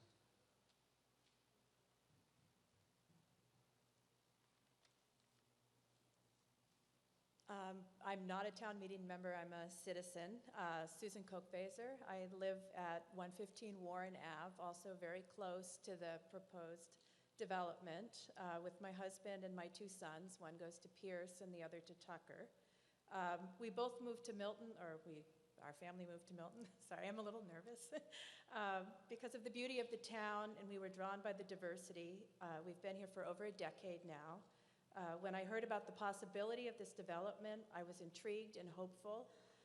I drive back and forth across Milton, running various errands. Having a walkable market nearby would cut down on car trips for me. I, like the previous citizen speaker, am also in the public health, work in public health, and certainly walkability and mixed use is something that promotes health at a community level and something that I think is very important for us to think about as a town. I have gone to a number of the meetings at the planning board and educated myself about this development. And from my understanding, the changes around size, the setbacks, and in fact, the parkway, which I do walk on along with the brook path and around Pope Pond, is beautiful space, but the parkway could as easily be called a raceway. Cars are speeding down there, so that it's not the serene spot that the still pictures show. And I think there's the potential with smart development here that, in fact, there could be calming of that traffic. There could potentially be a crosswalk put in. Right now, when I walk along the brook path and over to Pope's Pond, you feel like, what's that game, Frogger? That you're, taking your life in your hands. And so I think as the planning process continues, there's great potential that perhaps something could be done about that. And so yes, the piling up of traffic would also be the slowing of traffic. There's no way out of the traffic. I live on Warren Ave. We get honked at sometimes turning into our driveway. I think that it's a problem everybody faces in town. So with proper planning, which is clearly in place for this, how much worse would it be than what's currently happening? So I guess in sum, I'm strongly in support of this, and I just wanted to make sure that town meeting members understood that people in the neighborhood do want this, do care about this. Change is coming, things are different all the time. We don't live 100 years ago, we live now. And I think this is a well thought out and carefully vetted proposal, and we should move forward on this as a town. So I hope that you will find a yes when the time comes. Thank you. Mr. Stone, I think you were next.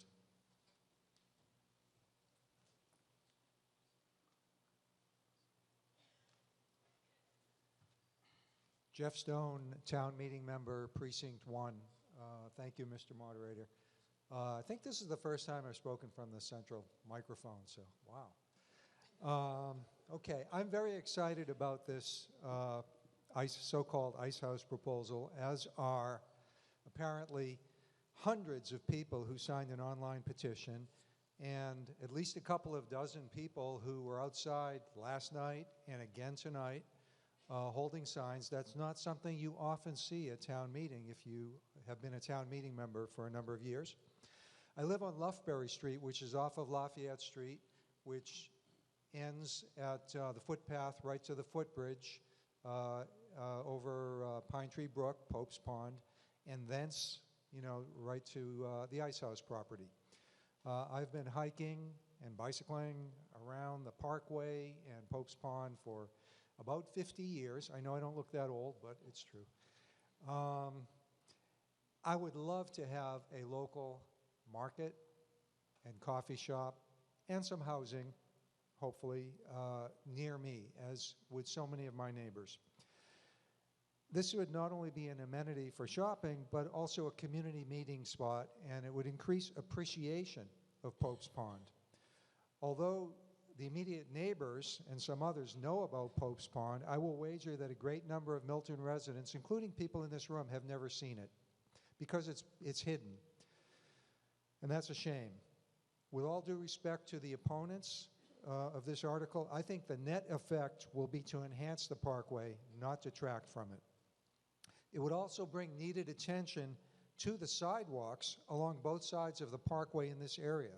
If you walk along the Parkway, you'll confirm that in the summer it gets overgrown, unfortunately. It's untended with poison ivy and other kinds of weeds, so half the sidewalk is blocked. I really feel that if we put this development located there, that more attention will be paid, and actually the Parkway will be in better shape than it has been up until now. It'll also be great to have, as somebody said, a new commercial development, a well-designed one that the Planning Board and the Warrant Committee have given a lot of attention to.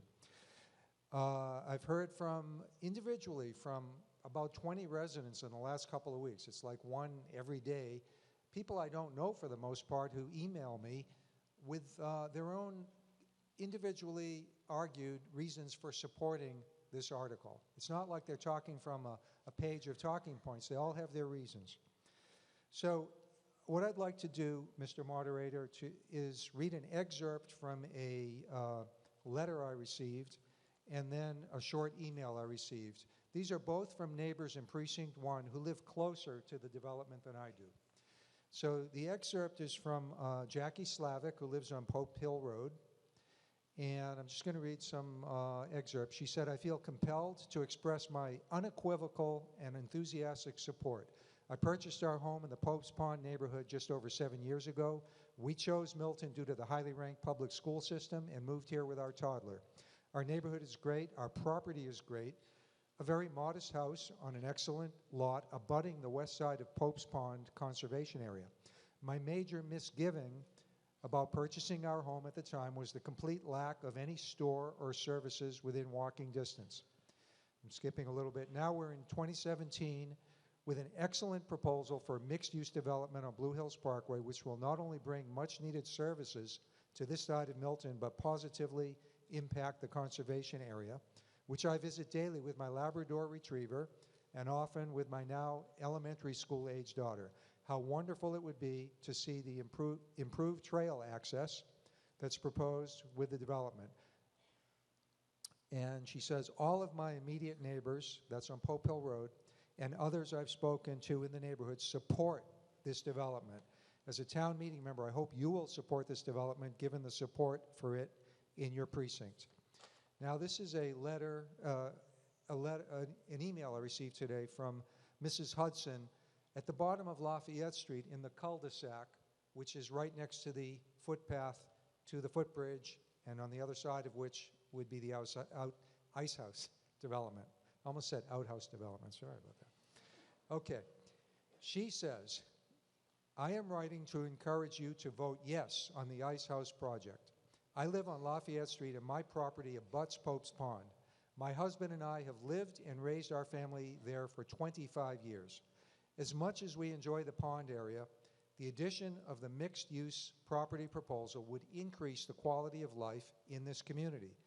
More importantly, being able to specifically influence the utilization of the Ice House property is an opportunity we do not want to squander or waste due to a lack of foresight. Over these past 25 years, I've watched Milton grow and mature in terms of its population diversity, attention to social justice, and quality of life issues. and continuing to provide a great education for our children.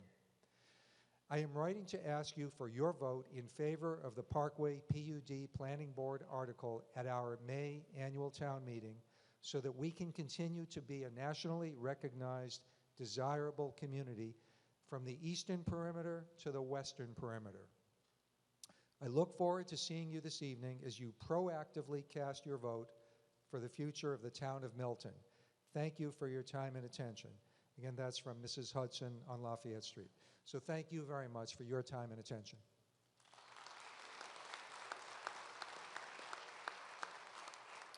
Just a question. Have any of the folks that have come down on the left, are you citizens on the left or town meeting members?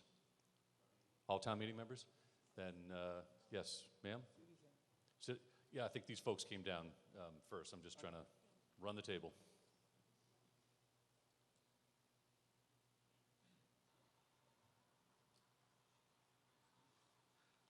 Hello, neighbors. I'm Leslie Cordella Simon. I live at 312 Blue Hills Parkway, and I would like to share a little bit about my experience on the Parkway and living there, and perhaps give you a little bit of also another insight. I have been a specialist in health, community, and other kinds of nutrition, as well as food service and family, as well as maternal child health, elder, and hospice considerations for the community at large. I've worked in Mattapan, Dorchester, and I've been very, very, very active in being outdoors and so forth.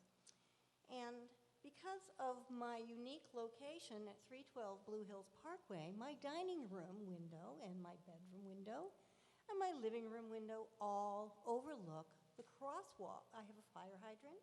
I'm the White House with the candles in the window for those who are deployed, and being a Gold Star mother, it's significant to me. I also have a wonderful view of the crosswalk that runs across Blue Hills Parkway to the bottom of Blue Hills Terrace, where the parking lane going north and the bike lane and the one lane of traffic all merge as cars attempt to make a wide right-hand turn up the terrace. I also get to watch the fire trucks struggling up the hill, and I also remember the time that the errant 18-wheeler took out the light pole. So for 4 years, we had no light at that crosswalk. In addition to that, I watch as I'm having a wonderful dinner. I'm a first responder, and unfortunately, I also get to hear the screams of the people who are being accosted on the crosswalk. In addition to that, I hear the screeching of tires. I hear the other members of the community coming to try to rescue those who have had the misfortune of believing they can actually make it across the street. In addition to that, I hear that I go for night walks. I like to walk around. It kind of balances things out for me. And as I walked along the parkway, I realized that like stop signs and crosswalks and any of those things seem to be sort of an option in our community. It's sort of a surprise to me that right now people don't tend to want to stop at the crosswalk. They don't want to honor the fact that there are people in the bike lane. They don't seem to really care a whole bunch about the fact that people are trying to drive in or drive out of their driveways.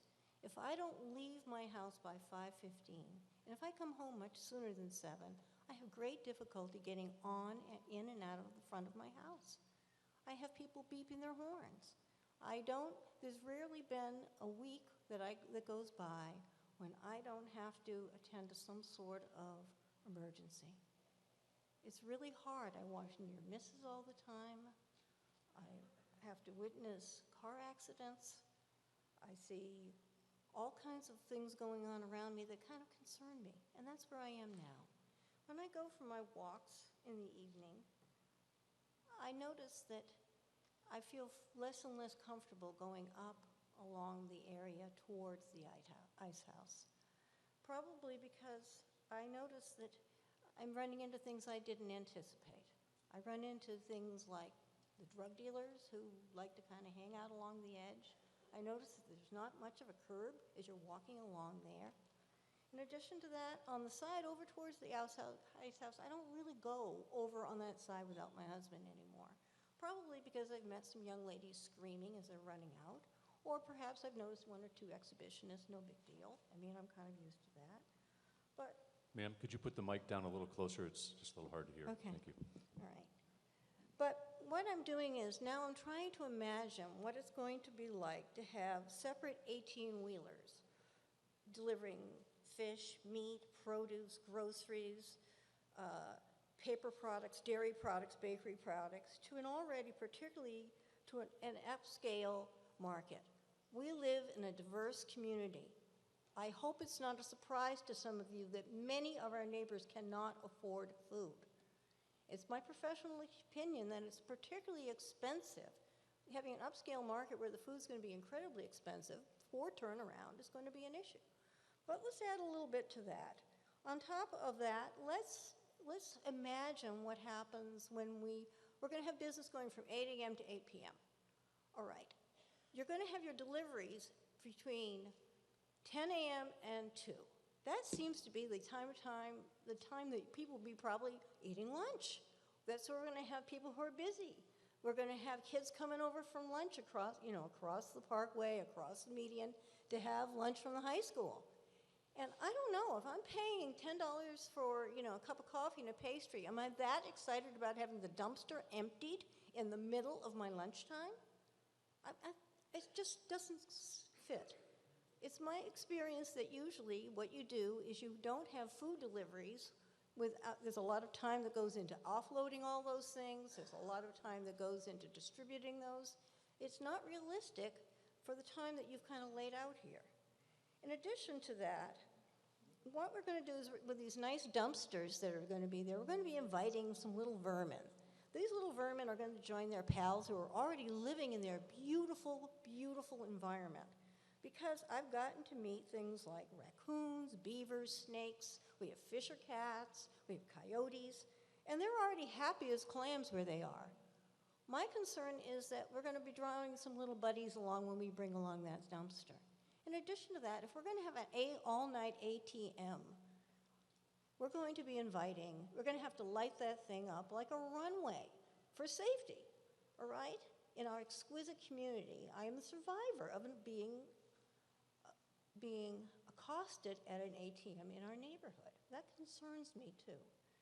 And lastly, I'm kind of thinking about an experience I had at another ice cream shop close by, where a mom decided to live park in the middle of the street, and her 2-year-old and her 6 little kids, going up to age 8, all leapt out of the SUV in the middle of traffic because it's so difficult to park. I mean, my real concerns are we're laying out a lot of wonderful ideas, but the problem is how really, really practical is it? In addition to that, I'm kind of concerned that we're talking about the fact that my understanding is that 89% of the proponents from the better neighborhood, not a quote from me because people seek me out and tell me how lucky I am to live in Milton and to be able to afford to live in Milton because, of course, I have a marginal profession. But lastly, they're always explaining to me that, they come from the better neighborhoods, this will be great. They're going to have to make U-turns. They're going to have to be cutting across the same crosswalks that I watch the fire trucks struggling with. They're going to be bringing traffic to the places where a day does not go by, where MDC is not going by, or whoever the new people are. For the state police, the Milton police are always busy on the parkway. And then last of all, I'm thinking about my lovely fenced front yard. Okay? Ma'am, you have 2 minutes, ma'am? Okay. Thank you. Did you say I have 2 minutes or none? 2, please, yes. Okay, you got it. Okay. So right now, I'm kind of concerned that, the same drug paraphernalia, empty nip bottles, beer cans, beverage things, and spent contraceptives and lingerie I find in my fenced yard, because it is sort of near the high school, all right, is going to end up strewn along the parkway. This is our home, all right?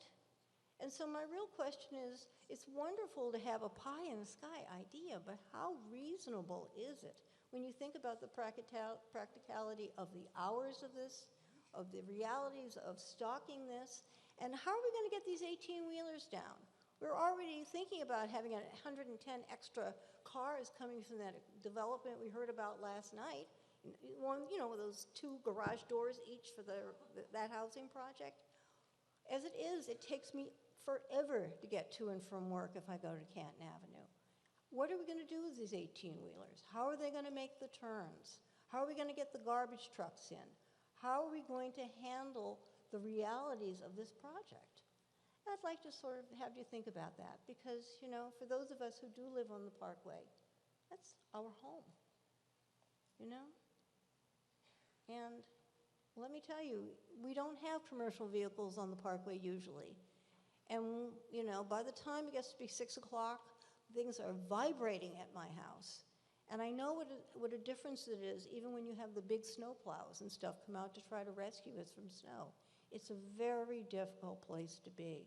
We just don't have a lot of space to accommodate big trucks and tons of traffic. So I'm giving you sort of a view of someone who loves my neighborhood. Ma'am, could you wrap up? Thank you for your time.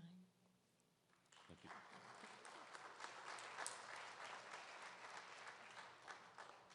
I'd like to go to Mr. Sloan's row. I think you folks have been waiting.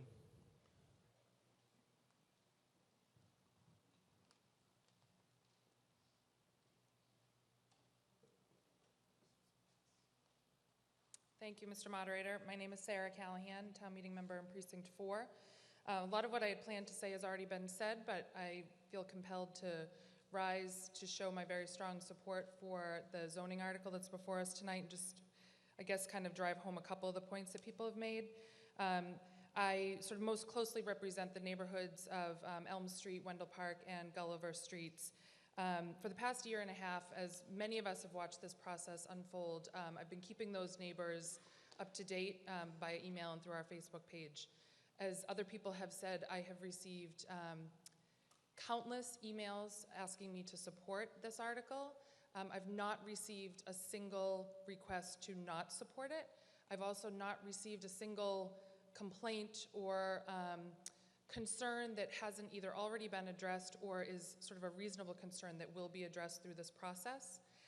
This brings me back to the process point, and thanks Terry McNeil for getting up here and kind of bringing us back to the reality of what is going to happen as we move through all of this. I think that's really the point here. We're all members of a representative town meeting. I take that very seriously, especially at this point since this has been such a public process. I think a lot of us are seeing so many more of our constituents reach out to us because this is a big deal, especially for people that live on the west side of town. We need to let this process play out. I don't think that that's happened in a really long time. We've heard comments made about the Parkway, what might happen to the Parkway. I take issue with that because it sort of makes me feel like people who have concerns about the PUD article are the only ones that care about the Parkway. That's really not true. I think there are many of us in the room that feel we're environmentalists at heart. None of us wants to see the Parkway decimated.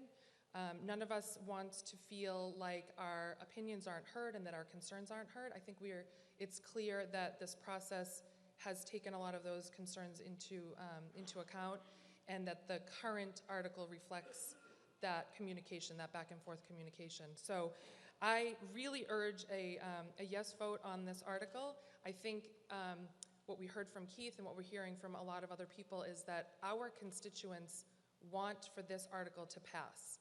It's not perfect. We don't have all of the answers. We don't actually have a face yet to this project, and that's okay. People still want it. People are informed. They've asked us to vote yes, so I hope that we'll all do that. Thank you. Ms. Tower, I think you were next. Mr. Moderator, I make Yes. a point of order. Yes. Forbes Sargent, Precinct 3, town meeting member. Yes. I've noticed that there are a number of people waiting, and if you multiply the number of people by 10 minutes, we'll be here till midnight at least. I know that the moderator in the past has chosen to limit the amount of time speaking to 5 minutes when there are this many people waiting, and I'd like to make a motion to limit the time. Okay, we've had a motion to limit the time for each speaker. I think that's an acceptable motion. It's been seconded. Any discussion on the motion to limit time to 5 minutes? All you wish to speak to that? You're sorry, you're not a town meeting member, sir, right? No. I'm sorry, okay. All those in favor of the motion to limit to 5 minutes, please say aye. Aye. Opposed, no. The motion is unanimous. Thank you, Mr. Forbes.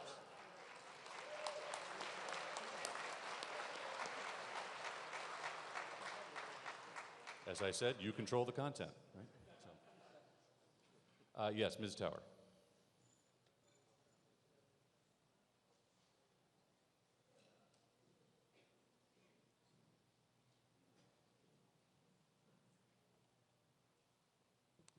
Hello, my name is Lorraine Tower, and I live at 207 Blue Hills Parkway, which is on the corner of Churchill Street and Blue Hills Parkway, just a block up from Tucker.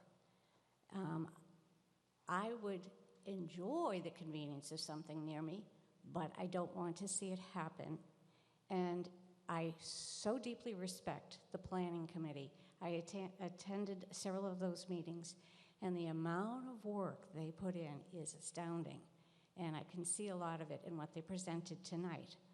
It doesn't change the fact that it is a serious problem to have so much traffic on the parkway. And I'm concerned for the safety of the children. The other thing that concerns me tonight is not the fact that so many of you want to support this amendment. That's democracy, which I love. But I am concerned when I hear someone say, change is coming, almost as if we had no choice.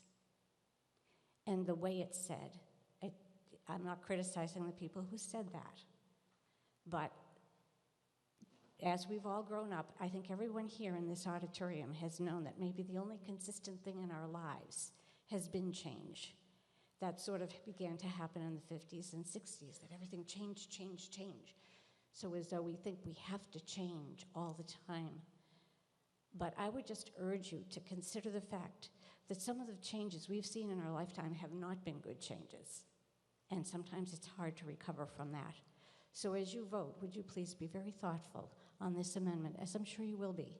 But just keep in mind that because someone says change is coming, that doesn't mean we have to accept that. Thank you. Thank you, ma'am. Sir, we're alternating citizens and town meeting members. So, are there any town meeting members here? Yes, sir, please. Good evening, Joe Murphy from Precinct 9. And I don't speak very often. I've been here for 37 years, and I very seldom get up, okay? But I rise because I'm the treasurer of Home Inc., which is an elderly community of 98 homes, which is probably the closest thing, except for a couple of immediate neighbors, to this development.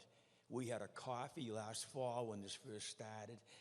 We had over 60 residents that came to this coffee, and we had overwhelming support for this. Most of these residents at Home Inc. would like a place, would be close, where they could go, they could buy a few things they needed, go get a cup of coffee, whatever it is.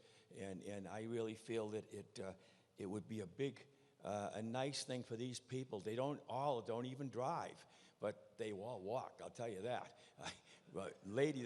Lady that came up to me one day, she just come from Milton Hospital, and she just walked in the property at Home Inc., and she lives there. She says, I just walked up from the hospital, like she only came from 10 feet away. So that's the reason I rise in support of this, is I'm speaking for my constituents from Home Inc., and I appreciate a yes vote on this. Thank you.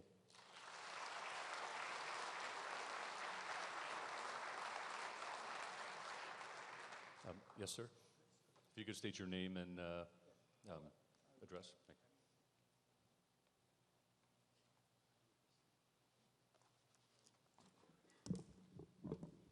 Good evening, everyone. My name is Fritz Mosul. I live at 372 Blue Hills Parkway. Excuse me, sir. Could I just talk to you for a second over here, please? Yes, I will.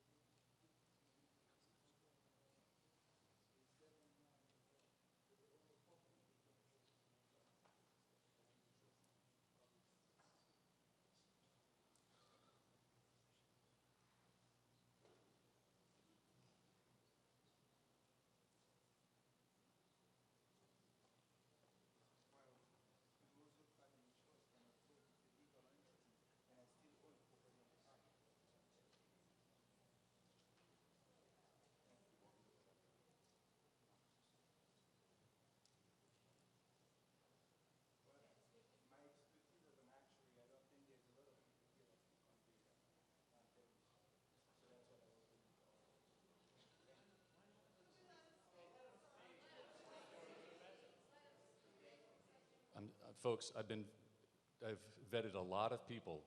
We've been quite strict on this. Our rules are clear that only registered voters are allowed to speak, or town meeting members.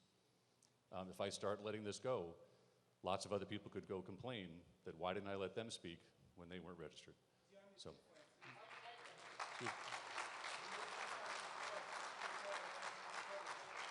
thank you, sir. I understand. Thank you. Mr. Moderator? Yes. Peter Mullen, Precinct 2.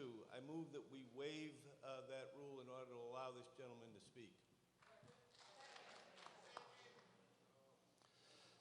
Well, you control the rules of the body, so let me just take a consult for a minute, if I just may. Mr. Walsh, can I see you for a second?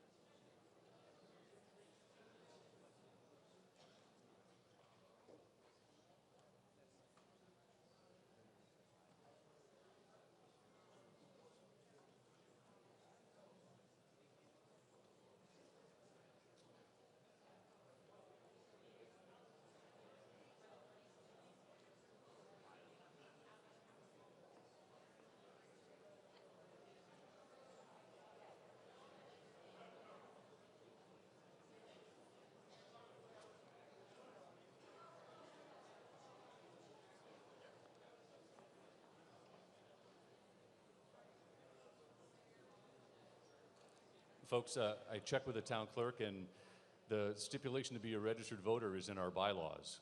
So that would require a bylaw change in order to implement.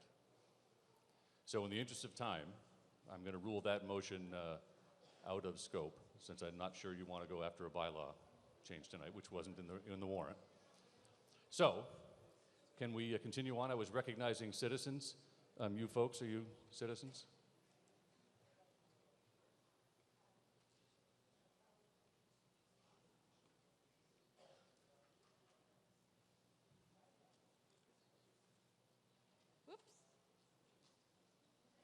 Need these.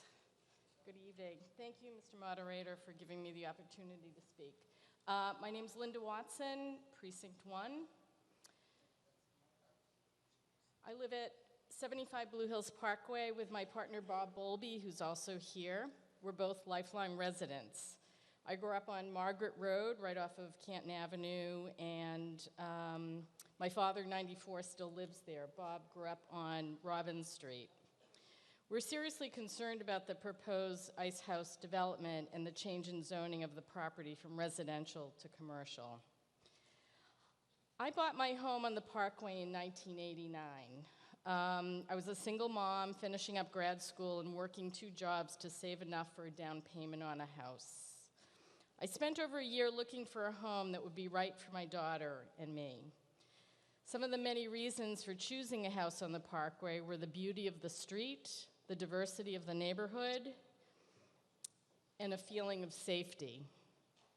My daughter could safely walk to Tucker, Pierce, and then the high school. We could ride our bikes or walk up and down the Parkway.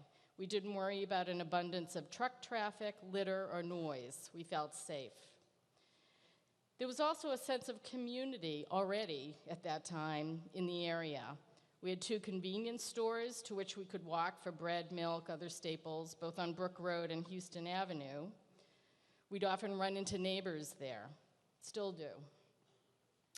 There are 4 full-service markets within a 5 to 10 minute drive. America's Food Basket in Mattapan Square, Star Market in Lower Mills, Stop and Shop in Hyde Park, and the Fruit Center in East Milton. How many markets do we really need? I don't want to see the Parkway's residential look and feel to change.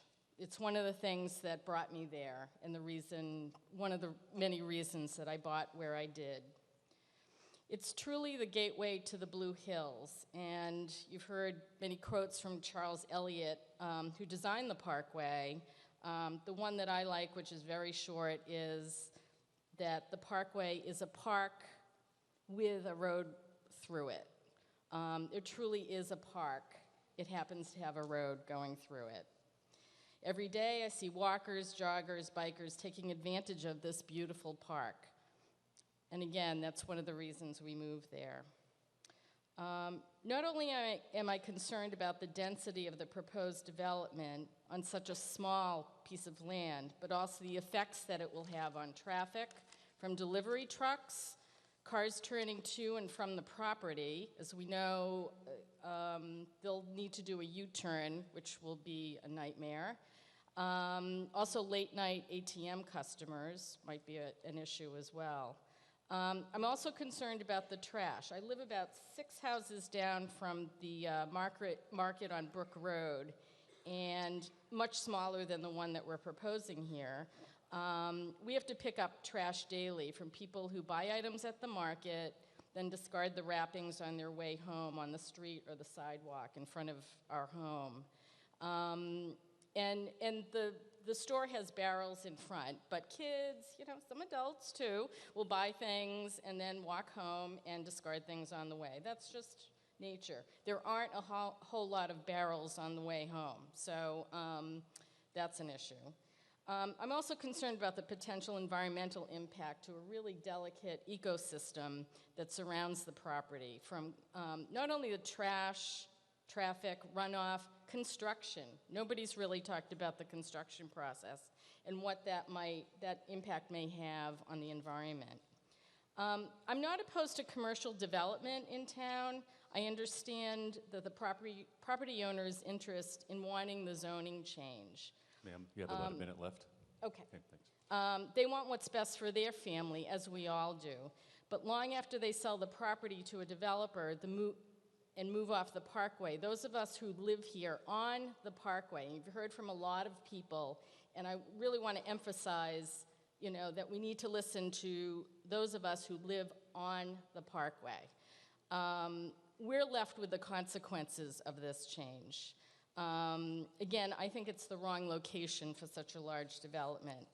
To be honest, when I first saw the renderings, my first thought was, wow, that might be nice here.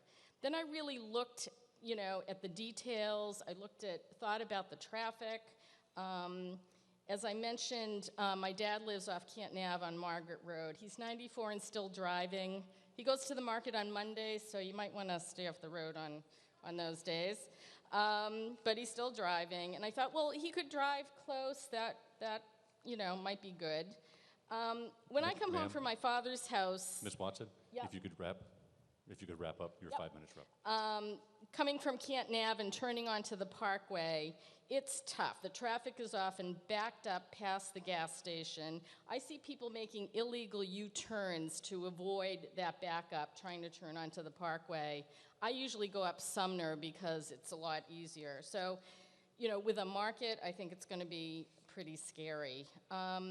So again, you know, I would ask that you really listen to those of us who live on the Parkway. I know there's a petition out there, and I have to really give credit to those proponents of this, and I think they've done a great job of organizing and making signs and the online petition. I think when we first looked at the names on the petition a while back, there were only 4 people on the Parkway that signed it. So I thank you for your time. Thank you, ma'am. Pardon me? Yes.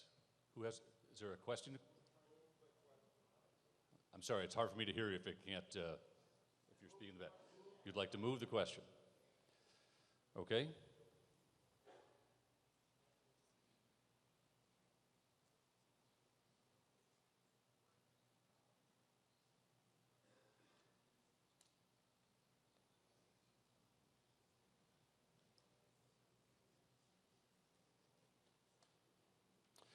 Okay, we're having a discussion do you have a comment, Mr.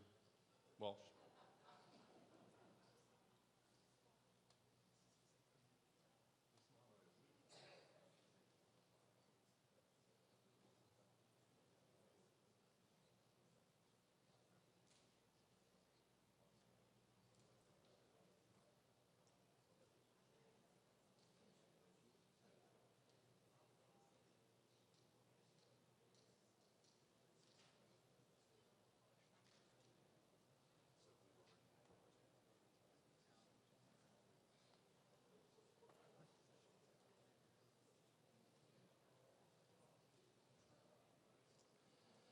So a clarification in our rules is moving the question in our town meeting limits debate to 5 minutes and allows each speaker to only speak once, which is where we already are.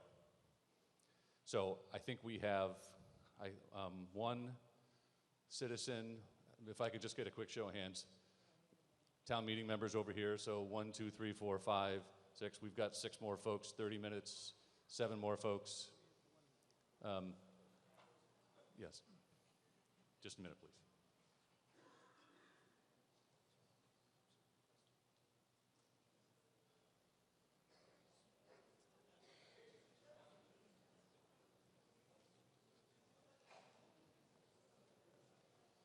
So, ladies and gentlemen, my sense is that there's a lot of people that still want to speak, which is the purpose of town meeting. So I think we should allow them a chance to continue to speak.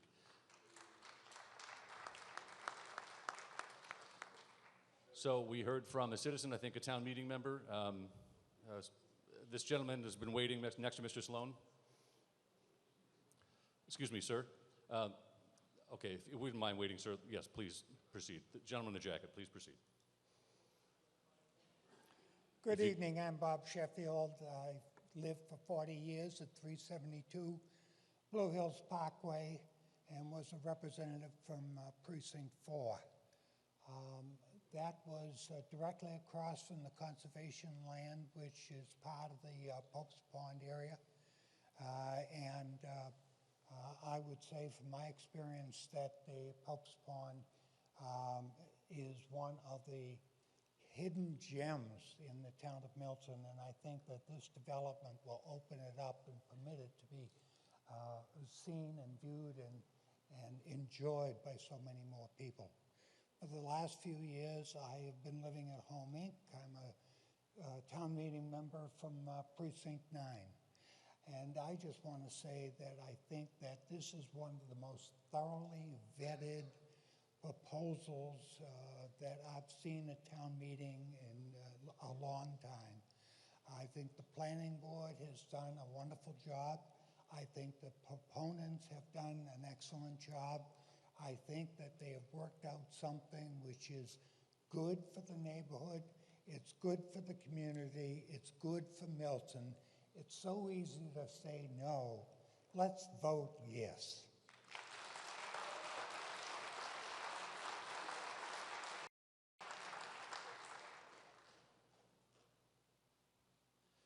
Thank you. Ma'am, are you a citizen in the second row here?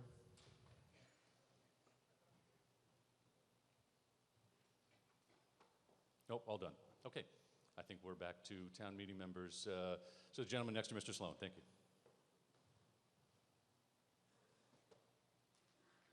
I'm Larry Johnson, Precinct 1.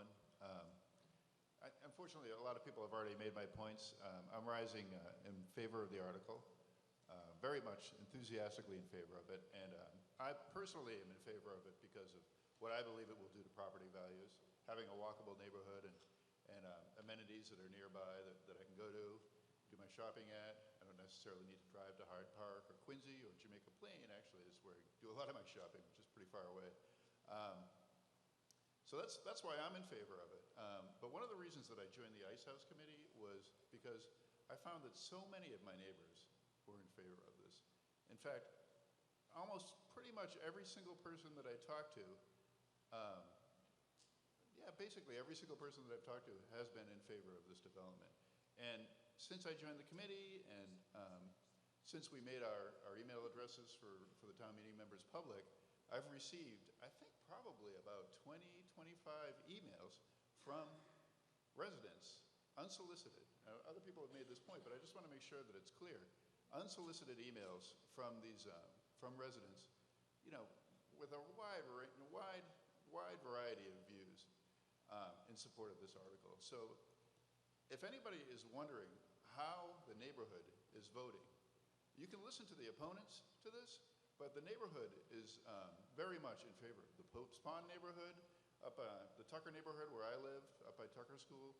The other side, Precinct 4, I mean, I haven't gotten emails from them because I'm Precinct 1, but I understand that they're in favor of it as well. The neighborhood, the surrounding neighbors, the abutters, the people on the other side of Pope's Pond, they are all pretty close to unanimously in favor of this. I mean, you can't say unanimous, obviously, because we've heard so many opponents. But, so, if that's not a strong argument in favor of this, I don't know what is. Thank you.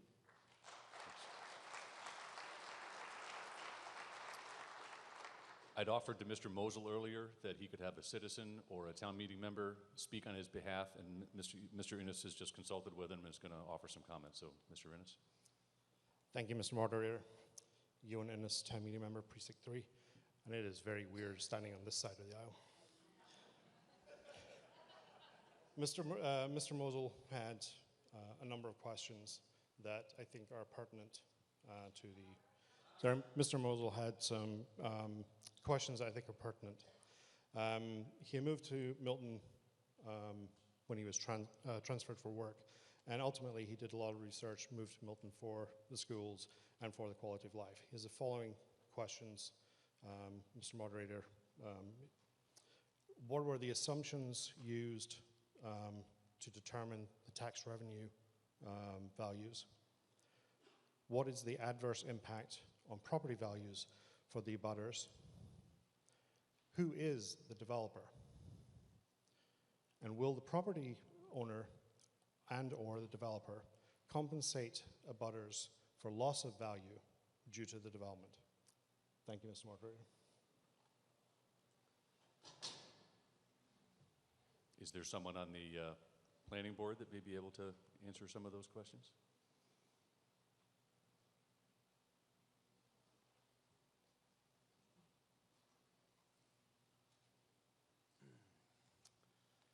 Brian Furrs, Chairman of the Planning Board. I didn't give any assumptions for tax revenue, so I'll have to defer to the applicant through Ned Corcoran to figure out what the basis was of that tax revenue calculation. As far as adverse impact on property values, we did not hear any evidence at our public hearings that that would be the case. So at this point, we did not do any calculations as to what that adverse impact was because there was no testimony in front of us that would have suggested that was the case from any sort of expert witness. That we have not had a developer identified. That is not a requirement of the zoning. A developer could come along, whether it's the McKean family or someone else, and use this zoning to develop the property in compliance with the zoning under a special permit process. And as far as the developer compensating for loss of property values, again, we don't have any demonstrable evidence that that would be the case. If that was the case during a special permit process, certainly it could be discussed, but there's certainly no requirement in the zoning that that happen. Thank you. Mr. Corcoran, did you want to just describe the basis for your calculation?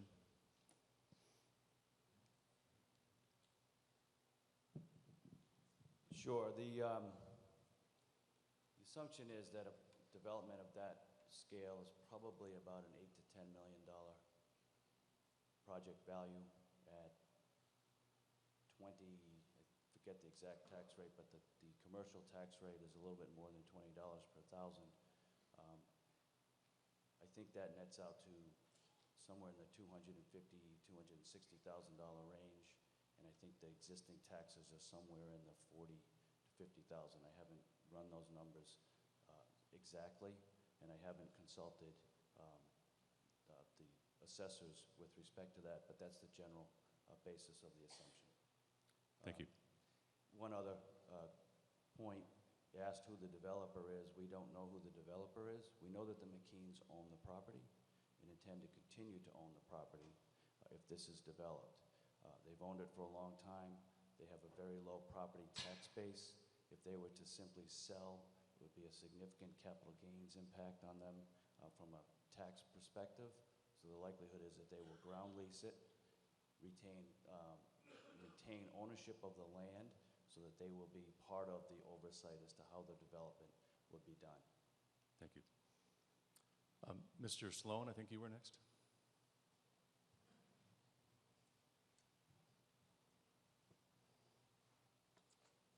Thank you, Mr. Moderator. Joe Sloan from Precinct 10.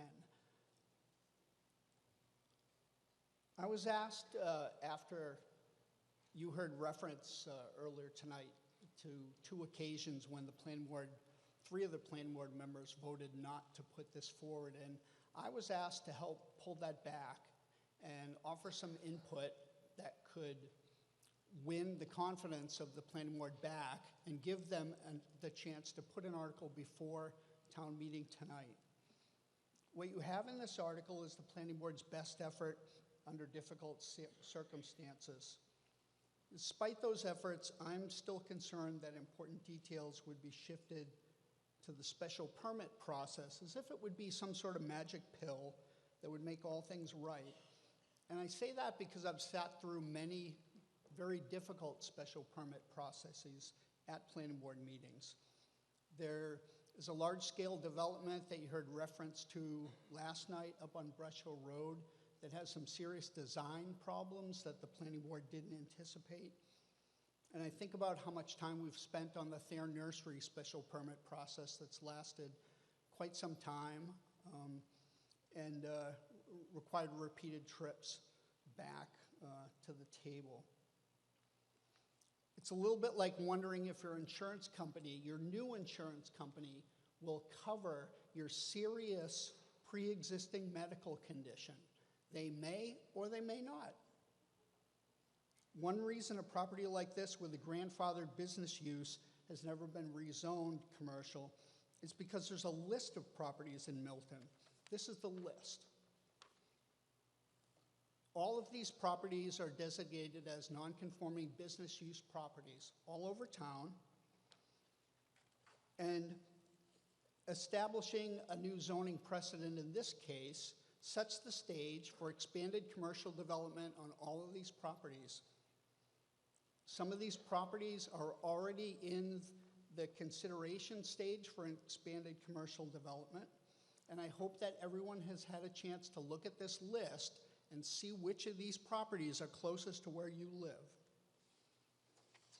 The main premise behind the warrant committee's rezoning recommendation, as I read it in the warrant, is that it would provide high-end services for the surrounding neighborhood. So I ask, is it just a coincidence that this property is on a road that's currently seeing the sharpest increase in cut-through commuter traffic of any road in Milton? During this meeting, we've heard reports of cut-through traffic problems all over town. We've reorganized our traffic commission and added members. We voted to reduce the basic speed limit. We heard a recommendation from the Master Plan Implementation Committee for a townwide traffic study. And we're on the way to creating a fund for traffic mitigation contributions. The DCR is about to release a 2-year study of its parkway system by the Tool Design Group. I recently attended a presentation of this study and learned the DCR's goals for these parkways involve transportation solutions that put people first and vehicles second. The DCR wants to stop their trend of making alterations to these roads in order to accommodate motor vehicles. Longtime planning board member Alex Whiteside wrote this about the special permit process in the Milton Times last year. And I quote, "The sponsors seem to take the position that such matters are details best left to the planning board, and that the planning board will only issue special permits which protect residents and their neighborhoods." Mr. Sloan, you have about a minute. Such a position is at odds with reality.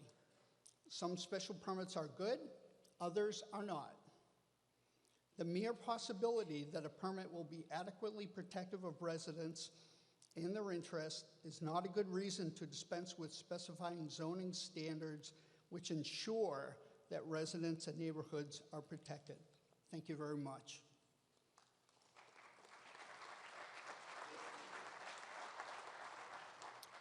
The Board of Assessors has some data for us on the assessed value. Sir? Hello, Brian Cronin, Chairman of the Board of Assessors and Town Meeting Member, Precinct 4.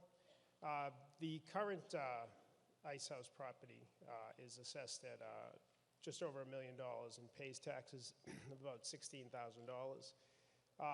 Mr. Corcoran mentioned a $10 million property value. Estimated taxes on that would be $165,000, and new taxes would be just under $150,000. So hope that answers the question. Thank you, sir. Ma'am, you recognized? Lisa Murphy, Precinct 1. While I've been listening to the presentation, I've had a couple of questions, so I hope I'm not going to repeat anybody else. Questions or thoughts. The first one was that to be successful, a coffee shop has to open at 6 o'clock in the morning, especially to get all the traffic that's going into Boston, because they start at 6 o'clock in the morning. So that would have to change in order to make that coffee shop successful.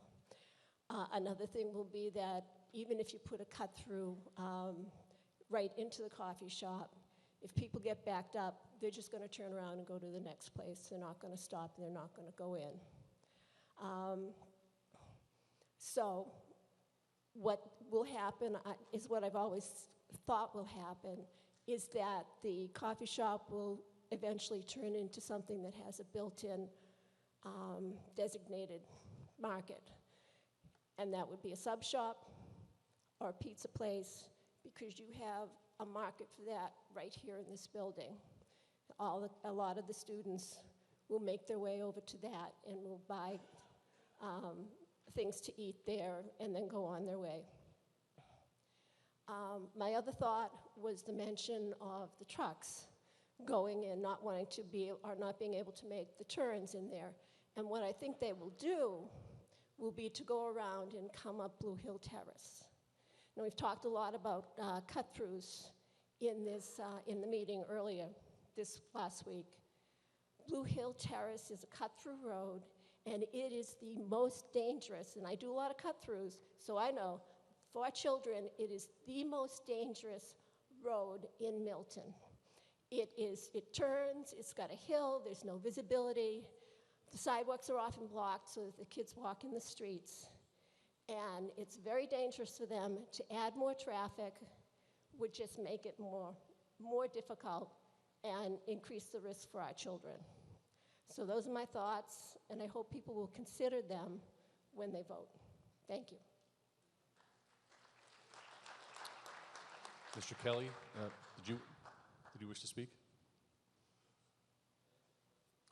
I'm sorry, was that a question or more of a observation?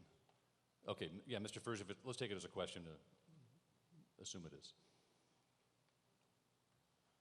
Brian Furs, Chairman of the Planning Board. So we have two questions on the floor. One is regarding the success of the potential lack of success of a coffee shop. This bylaw actually requires a cafe. So the success of the coffee shop is required. That could be in the form of a subsidy from the market. It could be part of the market, which was actually how we had originally contemplated this. But a cafe must be here. So the success of the coffee shop really is not up for debate here. They have to have a coffee shop. That actually touches on a comment that came up earlier, which was, how are we going to deal with Dunkin' Donuts or Starbucks here? To that point, Dunkin' Donuts and Starbucks are not coming here because they can't open before 8 o'clock. That was contemplated as part of our designing this bylaw. There was a lot of thought that went into this, and one of the thoughts was, we don't want to have a destination coffee shop. This is designed as a place for the community to gather. So we're requiring the cafe as an amenity, not as something that the developer will use as a profit center.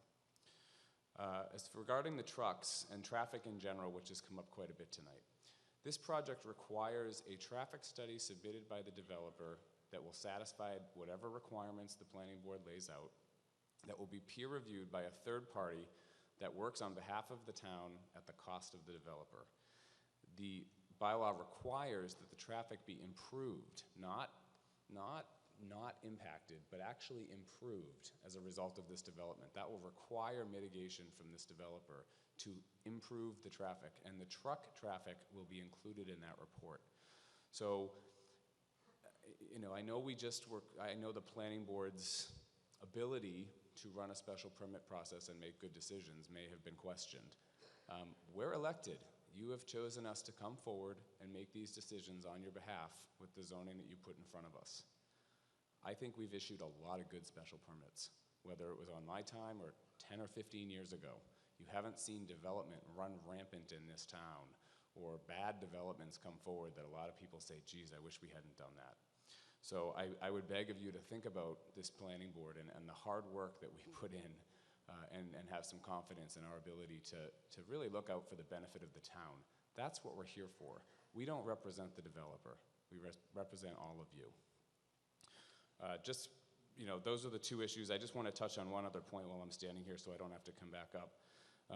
I heard about the trees tonight, and the trees were referenced. And just touching on the planning board again, this planning board gives more deference to trees than most planning boards in the state of Massachusetts, the Commonwealth of Massachusetts. And that should be something that we really cherish about this planning board. We require tree studies, we require tree protection.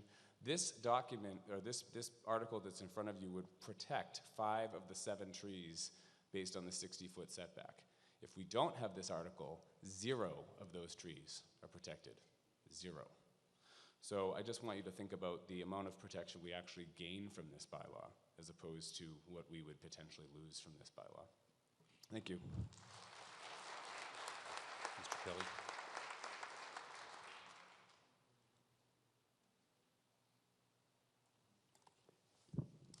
Brian Kelly, town meeting member, Precinct 7. I don't live near the ice house, so I'm not in butter. But I will say this, one of the earlier speakers said that the fruit center is 17,600 square feet. So I texted Mike McNosa, and he said, actually, it's only 14,000 square feet. And I asked him, I said, does that include the fish store and the meat market and the flower shop? And he said, correct. And it also includes the full deli and a sushi bar. And he also sells kiln-dried firewood and all that other stuff. So I know you're concerned, but I think you could put the market that they are indicating in the article in that space. I did hear concerns about the ATM. There's an ATM at the Fruit Center, a Bank of America ATM. It closes at 8 o'clock. I don't know if that could happen to this plan, but it's a possibility. We talk about traffic, and you're concerned about traffic. Who would ever dreamed that you could exit that fruit center and cross the expressway? From the way we hear tonight, you'd think that Milton Hospital emergency room would be full. It's not. Have a little more confidence in our drivers. We can make it work. I go to the fruit center almost daily. It's in my neighborhood. I often walk. I think of that area on the other side of Pope's Pond. Many of those people will be able to walk. to a local destination. I love having the fruit center in my neighborhood. It is an asset to our neighborhood. It increases the property values because you don't have to get in your car. It's just something that I wish you well. I hope for the neighbors there that you get this article passed, because I think in the future you're going to be certainly glad that you passed it. Thank you.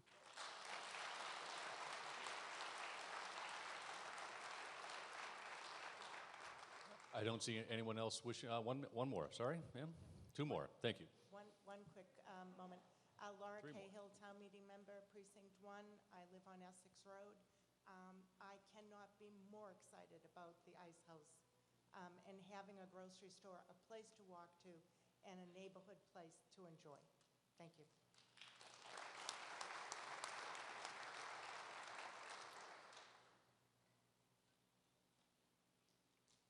Yes, ma'am. Thank you, Mr. Moderator. Caroline Kinsella, Milton Health Director, new Town Meeting Member, Precinct 8. Good evening, I'm Roxanne Musto, Town Meeting Member, Precinct 5, and Chair of the Board of Health. I'd like to make a friendly amendment. It's only 3 words. It's at the bottom of page 114, the last 2 sentences. Any business use on site shall not include any body art establishments.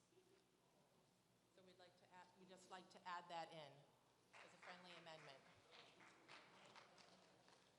So that's in section 2? Yes. Development components?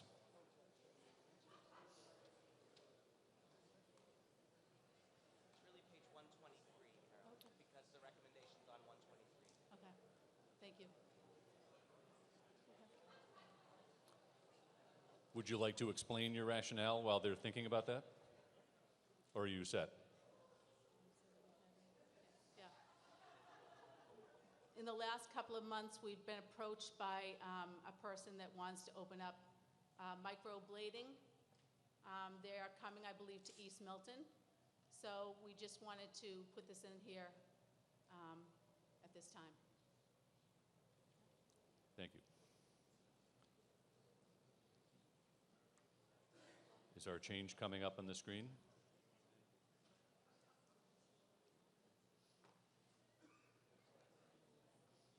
Caroline, can you bring that over here? Yes, just writing it down. Not yet.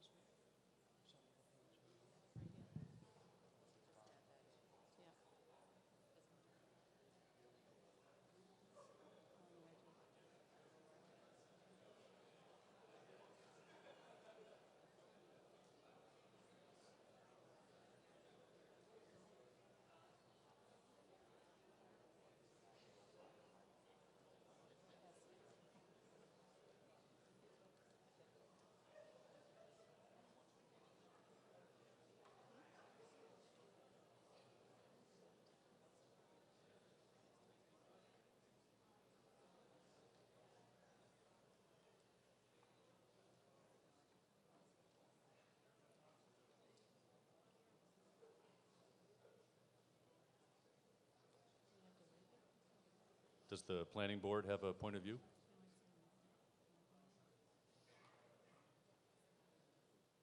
We would accept this as a, sorry, the planning board accepts this as a friendly amendment. Thank you. Thank you. Thank you. So we'll wait for a vote from the warrant committee.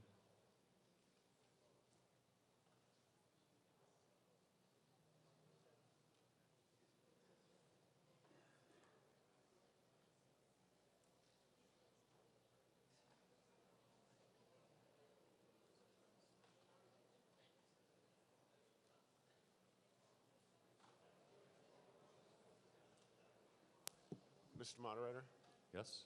I think that's in the wrong spot. I think it should be one line up.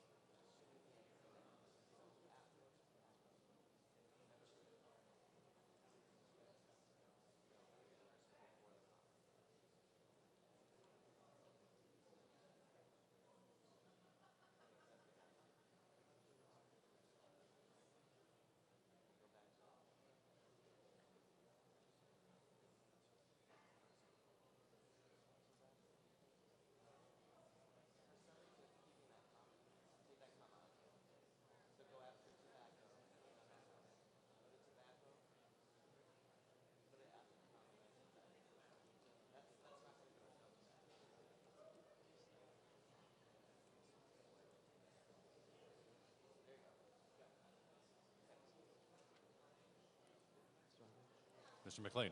The warrant committee accepts the friendly amendment, and the language on the screen is now the recommendation of the warrant committee. Thank you. Ms. Conlon, you're recognized.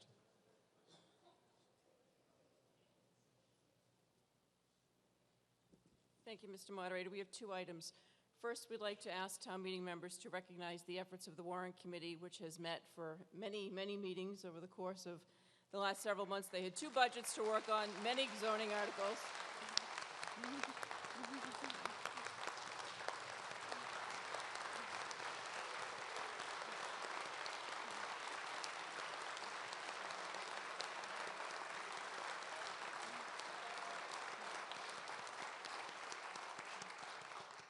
And a special thanks to Chair Lee Michael McLean and the pinch hitter, Brian Beaupre, who did a fabulous job the first 4 nights.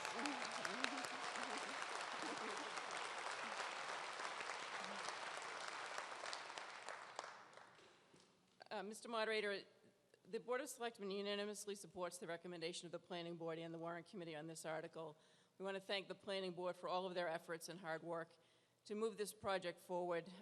Project is really not the right word, the concept and the zoning forward. The project is what would come next if this were to be passed.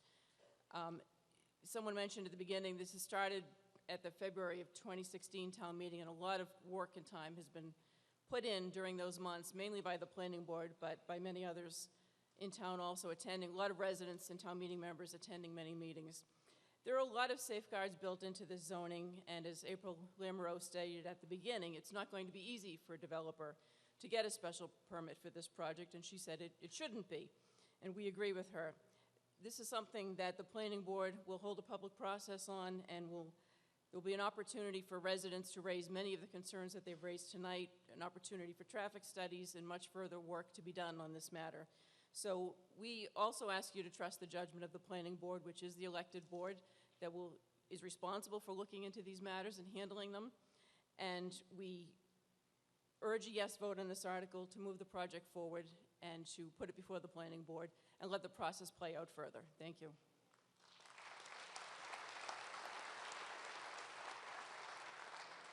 Do we have 3 folks left? 1, 2, yes, ma'am.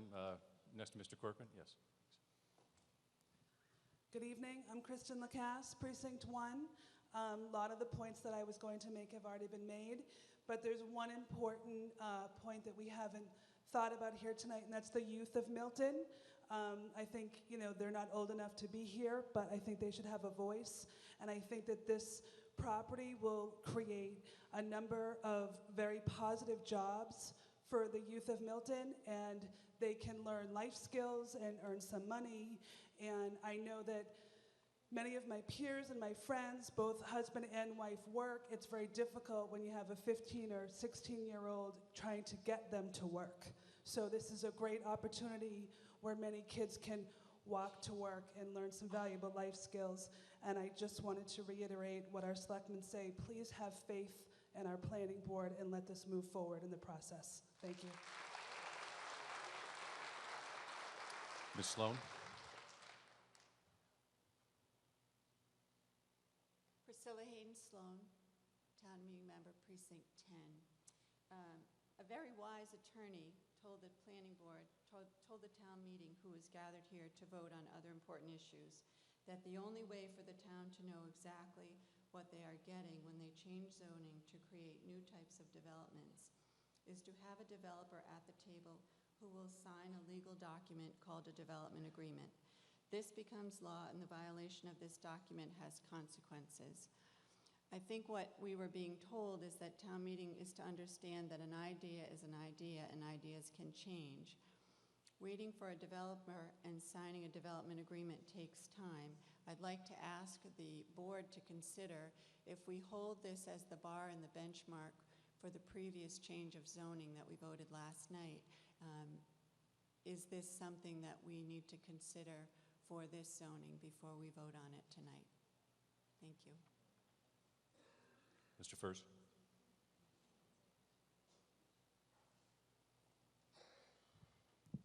Brian Furs, Chairman of the Planning Board.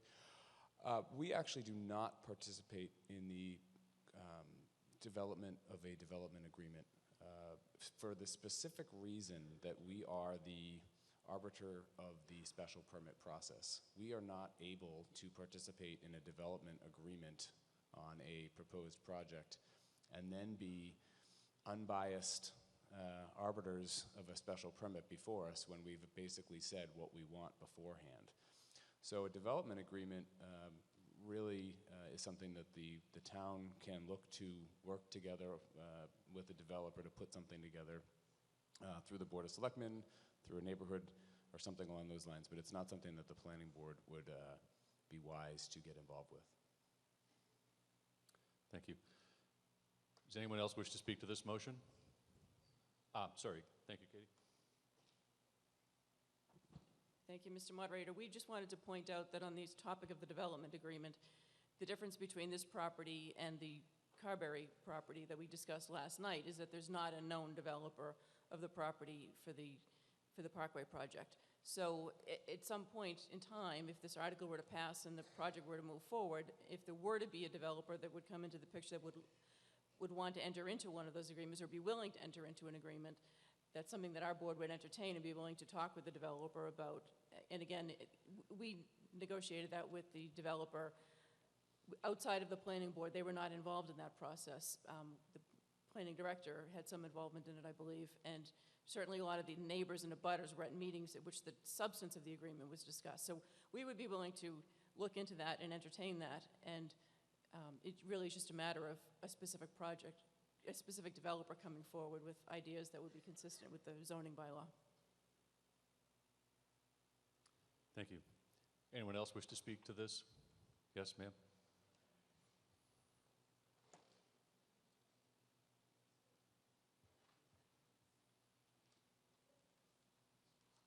Good evening. My name is Margaret Carrolls, Precinct 4.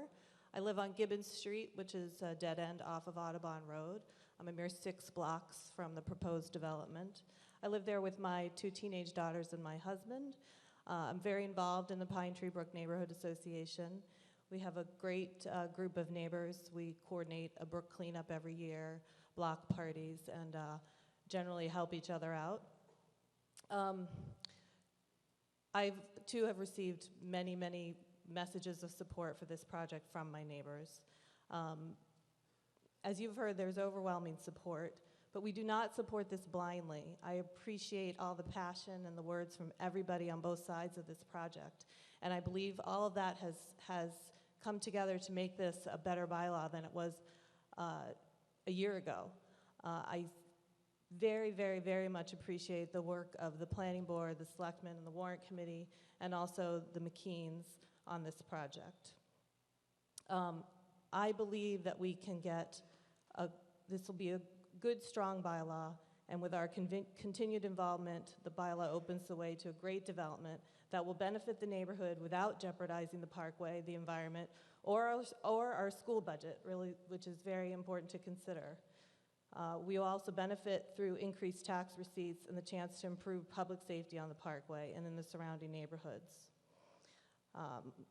What I'm very, very proud of is my diverse neighborhood and the involved neighborhoods who come together every year. And I also really appreciate the involved citizens that come together at this town meeting. Change does not come easily in Milton. I think anybody who's been a town meeting member for any length of time can attest to that. And it's probably a good thing. We're very thoughtful about it. But there are a lot of people who are really excited about this, and I really hope that you will vote to pass this article. Thank you.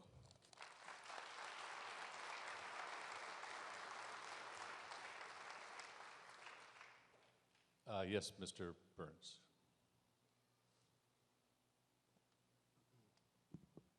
Thank you, Mr. Moderator. David Burns, Precinct 2, member of the Board of Selectmen. For the lack of sounding redundant, a lot of people have spoken tonight, you know, pro and against. But I think I should highlight something that town meeting member Kristen Lacasse pointed out. She talked about our youth. Well, I also want to talk about our seniors, and I want to talk about our whole community. You know, Milton is one community. You know, we often go to East Milton to shop. We go all over town to do different things. This is about a community that comes together to support each other and to share resources. So just because, and I've heard West Milton, I wasn't familiar with that when I grew up, but I can adapt to change. I'm fine with that. It doesn't mean that people from West Milton aren't going to go still shop in East Milton. It doesn't mean that people from East Milton aren't going to shop in West Milton. I think this really is about a community coming together for the right reasons. They've vetted these reasons. The planning board has done a heck of a job on this article, and I think that this gives us a good chance to move forward. I've heard change tonight. I heard a woman talk about change, and I really mean this. I think that what you said was very important, that we ought to think very strongly about change, okay? I'm a townie, okay? But being a townie, I love change. I love that we have so many people who have come into our town with such great minds and have been willing to serve on so many committees, new town meeting members. It's what's going to make us stronger in the end, and I think that this change is a positive change. So like my colleague said, and my other colleagues, we strongly support this because I think this is positive change. Thank you.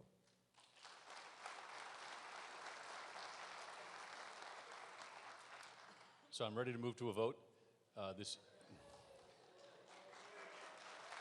Thank you. Well, you've earned it, right? So, it was a friendly amendment. Yes, so it's been, and now the recommendation of the Warrant Committee. Good point for clarification. Yes, Mr. McLean? I'll be very quick. A couple of points that I just want to address that were discussed at the Warrant Committee when this article was discussed. Somebody mentioned earlier that they felt like this process was being rushed, and I cringed when I heard that because this article has been discussed for more than 15 months now, and it was sent back for further study, and certainly plenty of changes were made to it, and those are enumerated in the comment in the warrant. We had many questions about where the developer is in this process, and I would like to point out the difference between having general zoning and having residential zoning overlaid on your entire town. Town meeting and the town of Milton has elected to employ the special permit process. And if you're going to do that, you're going to need to make zoning modifications to existing properties in the town. If you're going to do that, you're going to need to come to town meeting once or twice, which means that the process is going to take a year or two. In order to have a developer a year or two in advance, there's no way that you're going to be able to put that together. So that is why when you're talking about making a zoning change, you don't know exactly who the tenant is, and you need to be really thoughtful with the way the zoning is written. And the Warrant Committee believes that this zoning is written very thoughtfully to get the type of tenants that we want through a careful special permit process. Concerning the trees, Chair Furs made the point that I wanted to make, which is many more trees are protected with this zoning than without it. Those trees are not protected at all today and could be cut down at any time. And that's not a threat, I'm just saying this is private property. Traffic and children were brought up a lot, so was litter. I want to point out that a developer, we heard, can actually bring traffic calming measures as part of their development to a certain area. Things don't always have to get worse.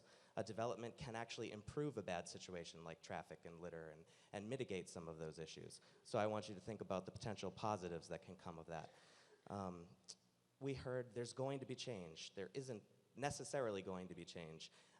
There probably will be change because I don't think that the McKean's property is going to stay the way it is exactly today forever. And we heard many people who were opposed to the current proposal, and we didn't hear what they wanted different.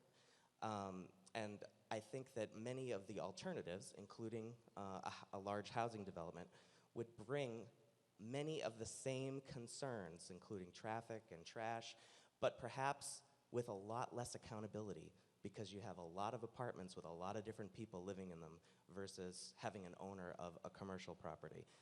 That was a concern that was brought to me. And I also want to point out that the Warrant Committee received an almost unmanageable amount of feedback from you, the citizens, during this process, with more than 100 emails in support of this zoning, because people are excited about it. And I understand that there are concerns. The Warrant Committee understands there are concerns.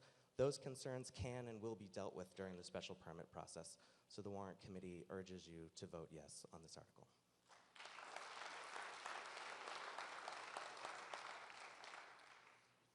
This requires a 2/3 vote. I'll do my best to hear your 2/3 vote. All those in favor of the recommendation of the warrant committee as amended, please say aye. Aye. Opposed, no. I declare a 2/3 vote.